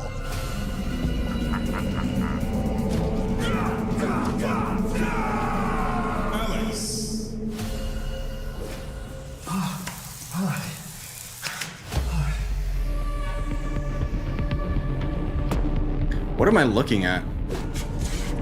What are these characters from? It's not Street Fighter. It's another fighting game, not WWE. I don't know why they're getting this Macho Man to cosplay. I like it though. This is a messed up ad. No, it's not Cobra Kai. It is Street Fighter. Oh. Okay, so maybe these are like old Street Fighter characters being added to Street Fighter 6. Yeah, okay. I had a feeling that's what it was, but I thought surely it was gonna be something unique and different, but...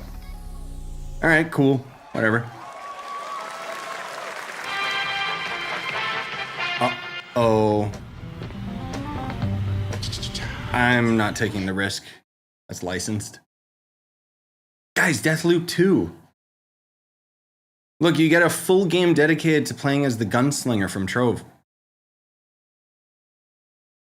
Fortnite?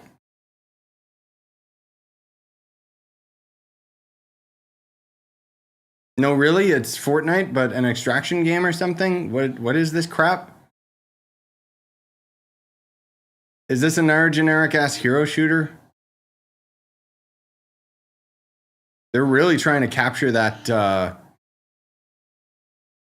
Hero City, like the Pixar look. I mean, at least it's third person, so you can appreciate the characters. Oh, Concord 2. Dude, if this was Concord 2, it would actually have style, and that would actually be, like, interesting. But no, I think it's just... Oh, it's open PvP. Everyone's PvP. Nah, I don't care. Man, these super high budget like extraction shooters, like how about you come up with a fucking like fun idea instead of just trying to rip off like Tarkov and not doing as good. This is the thing, like I'm all for like these studios making high budget copies of like, you know, the next big thing, but they never do it better. There's a how would I put it, like the reason why people play games like Tarkov and stuff is because they're not sanitized. But then these games are kind of the polar opposite of that, where it's just super clean and super, you know, streamlined, and it's just like, bro, there's a roughness to those games. Anyway, who cares? That was Last Flag, a new online action game from the new indie studio Night Street Games, which indie is the studio, my game ass. Of Capture the Flag, set in the 1970s. As you saw, the closed alpha will be starting later this year. Next, we have a beautiful new trailer for a Souls-like action RPG game developed in China by Lenzi Wuchang. This is not Wukong or Neo or any, it's just the same old crap, that's all. Fallen Feathers, which is launching on July Basically, these guys saw Black Myth Wukong and 24th. Here's a look. And there you go.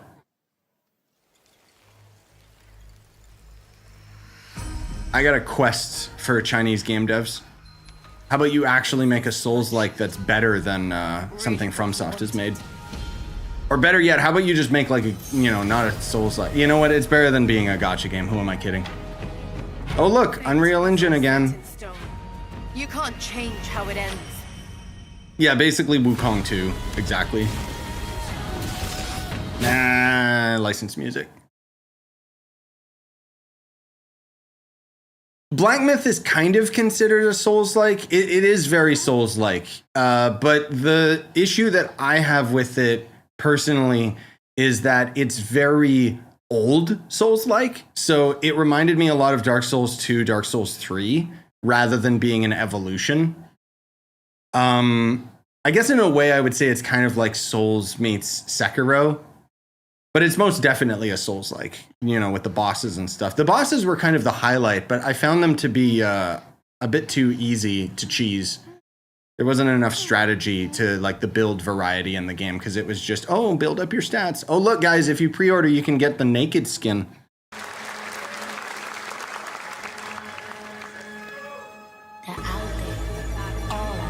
That's more licensed music. Stop it. I'm trying to feed my baby boy. Yeah, Black Myth was one of those games that exploded because the Chinese government was pushing it in their country. I'm not even joking. But the game itself was not awful, but it wasn't Game of the Year worthy. Not at all.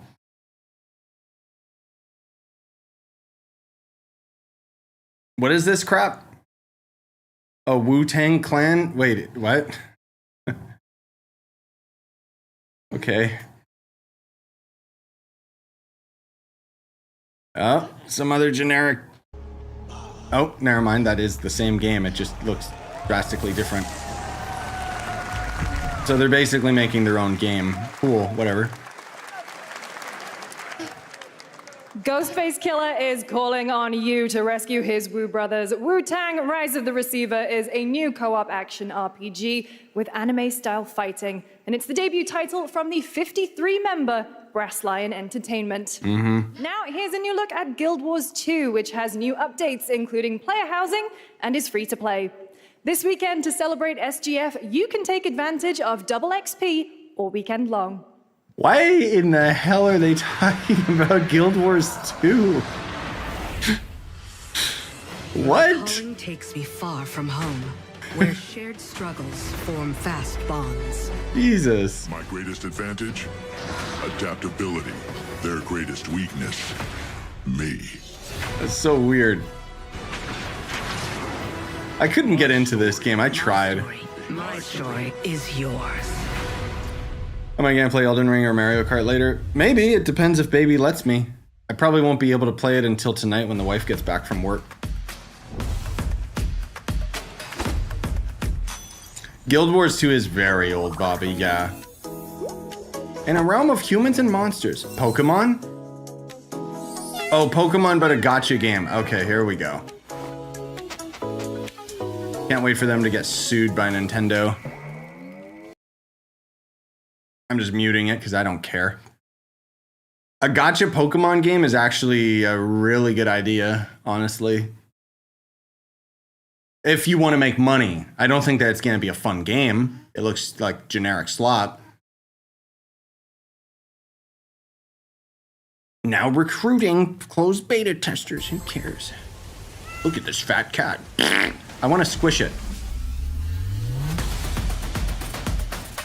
And Withering Waves, Genshin Impact. Wow, they're literally showing all the gacha games. Okay, hold on. We got, I think they're shaping up for the finale of the show. Because this is all the ads now. So now they're going to drop Metroid Prime 4. Shadow drop it right now. It's going to happen. Oh, I keep forgetting I got to get Deathloop for free off the Epic Store. Nobody likes the Epic Store. Okay, stop trying to... No. Okay, here we go. Is this just gonna be a Switch 2 ad, or are they gonna actually like show Metroid release or something? Chip, Long story. Yes, we know that's already out. That's it! Here is another game throwing back to a classic animation style. Enter a surreal world. That's all you were there for, Nintendo? I'm sorry, baby. To battle his inner demons, literally, in this action roguelike. Here's Into the Unwell. I know. That's it? Dude, come on. You gotta give me Metroid. Give me Metroid and save this whole showcase. Jesus Christ. Yeah, man. Yeah, Leon jumped. He didn't get like scared. He's still smiling, but sorry, baby. I forgot you're here. Man.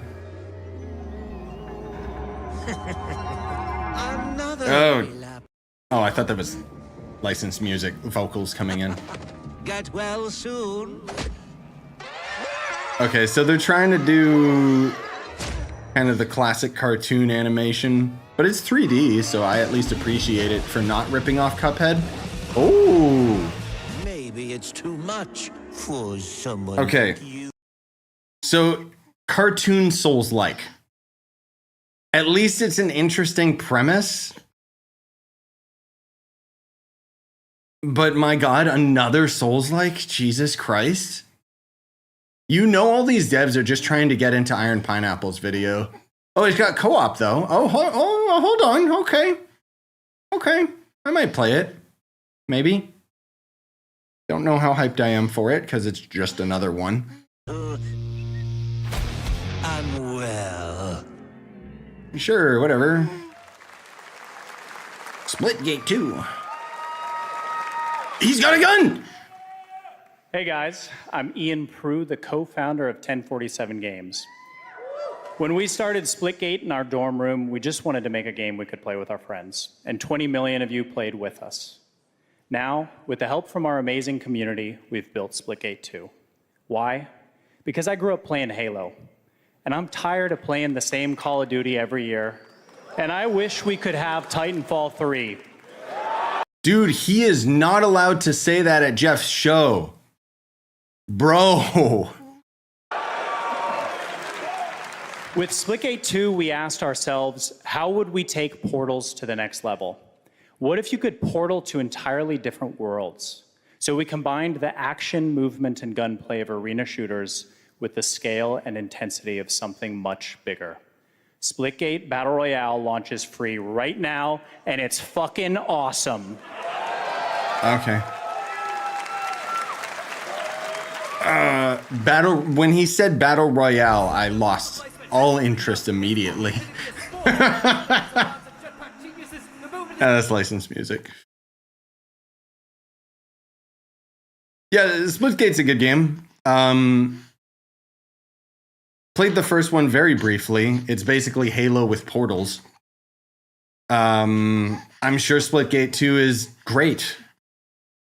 But at the same time, I just don't care about competitive shooters that much, especially when it's the Royale formula. If I can fight against bots, because then at least I'm not like sweating while playing against like these Adderall kids, you know? I kind of was a little excited for him, man, because I thought he was saying they were going to make a campaign game and not just another Battle Royale.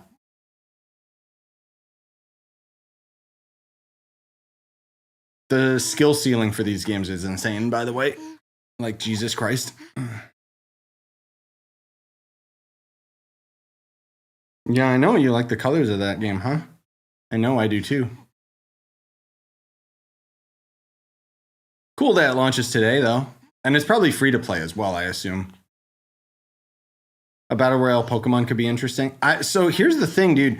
I low-key think that the new Pokemon game is gonna secretly have like a sort of online, everyone in the city fighting each other type of thing. I think they're keeping their cards close to their chest with that. I might be wrong. We're honored to showcase the latest project from the talented minds at RGG Studio in Japan. Okay. Can we not just see cutscenes? Please? And I know it's not licensed music because it's in-game music, but guess what's going to happen? YouTube's still going to claim it. Is this another Yakuza game or something? What is this? Okay, hold on. We might actually have a game here. Hold on. We might actually have a game here, guys. Hold on.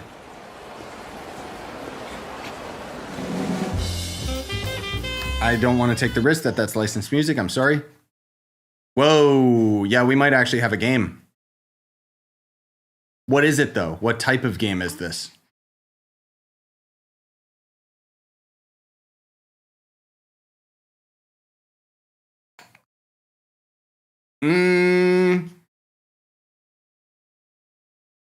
Oh, I'm an idiot. I'm sorry. This is the, it is by the Yakuza devs. This is their new game, isn't it? The one that they showed where it's a fighting game, basically. It actually looks really good. It's just not something I'm into. Yeah, I forgot that they actually showcased this already. So it looks like it's a lot further along. Yeah, it's gonna be a banger. It's just, again, it's not for me. Then, huh? Don't I look like one? You're not? So, what are you then? Sana. I don't know who that is.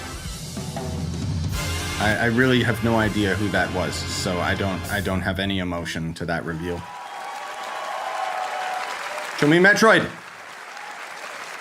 You saw it at TGA last year as Project Century set in 1915, and now the full name has been revealed. Stranger Than Heaven, the brand new title from RGG Studio. This time it's now 1943, and knowing RGG, I'm sure more surprises are surely on their way. Mm-hmm. All right, well, we're almost done here, but we do have one final. Okay. All right, well, we're almost done here, but we do have one final, very special global game announcement. This is it. All of you who've been waiting. Today, we've showcased a lot of projects from teams around the world. This is it. Including many brand new studios, and we're proud of that. But this one comes from a studio that is no stranger to delivering blockbuster games This is it. time and again. When I first got a glimpse at this project last summer, I was absolutely blown Metroid. away by the scale, scope, and ambition of this developer's vision.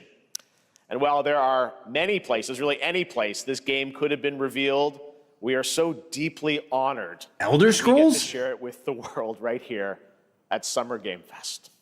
No, it's not gonna be Elder Scrolls. Huh? Wait, what is this? Is this just a goddamn James Bond game again? What is this? This ain't Metroid.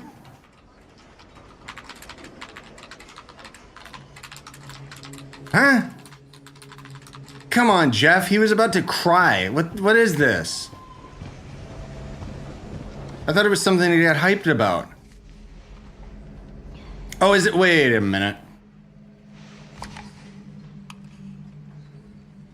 Are they baiting us and this is a Batman game? Grace. Grace. Grace Ashcroft. Yes? My office. Coming. Maybe not.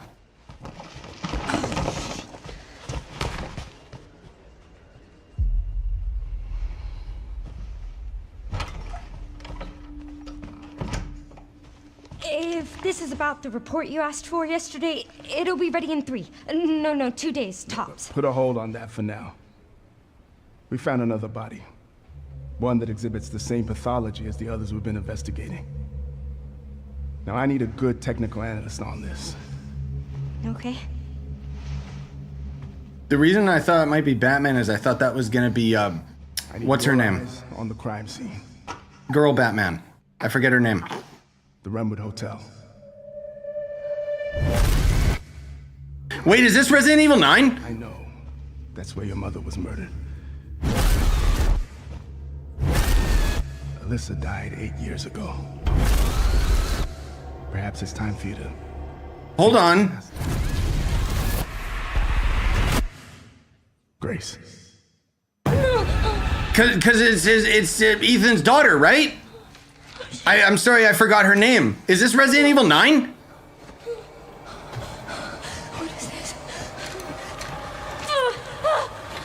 Hey!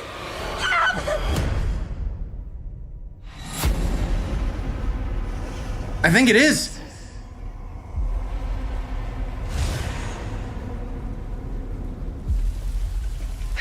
If it's not, then I'm being baited really hard. You're the one that I've been searching for. The special one. The chosen one. Miss Ashcroft. Huh?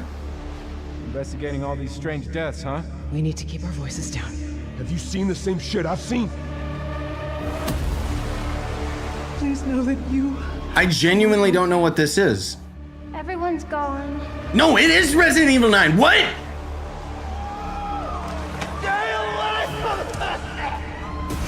Are you serious? Hell yeah, dude. What? Okay. Capcom coming in to save the whole show, dude. Let's go. Hell yeah. And it's got a release date of February next year. Wow. Okay, let's get it, dude. Oh, man. Sweet. Resident Evil Requiem. That was actually...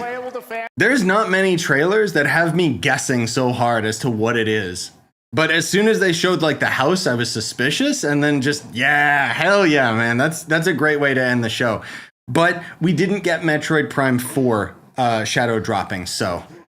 We'll get it in the June Direct.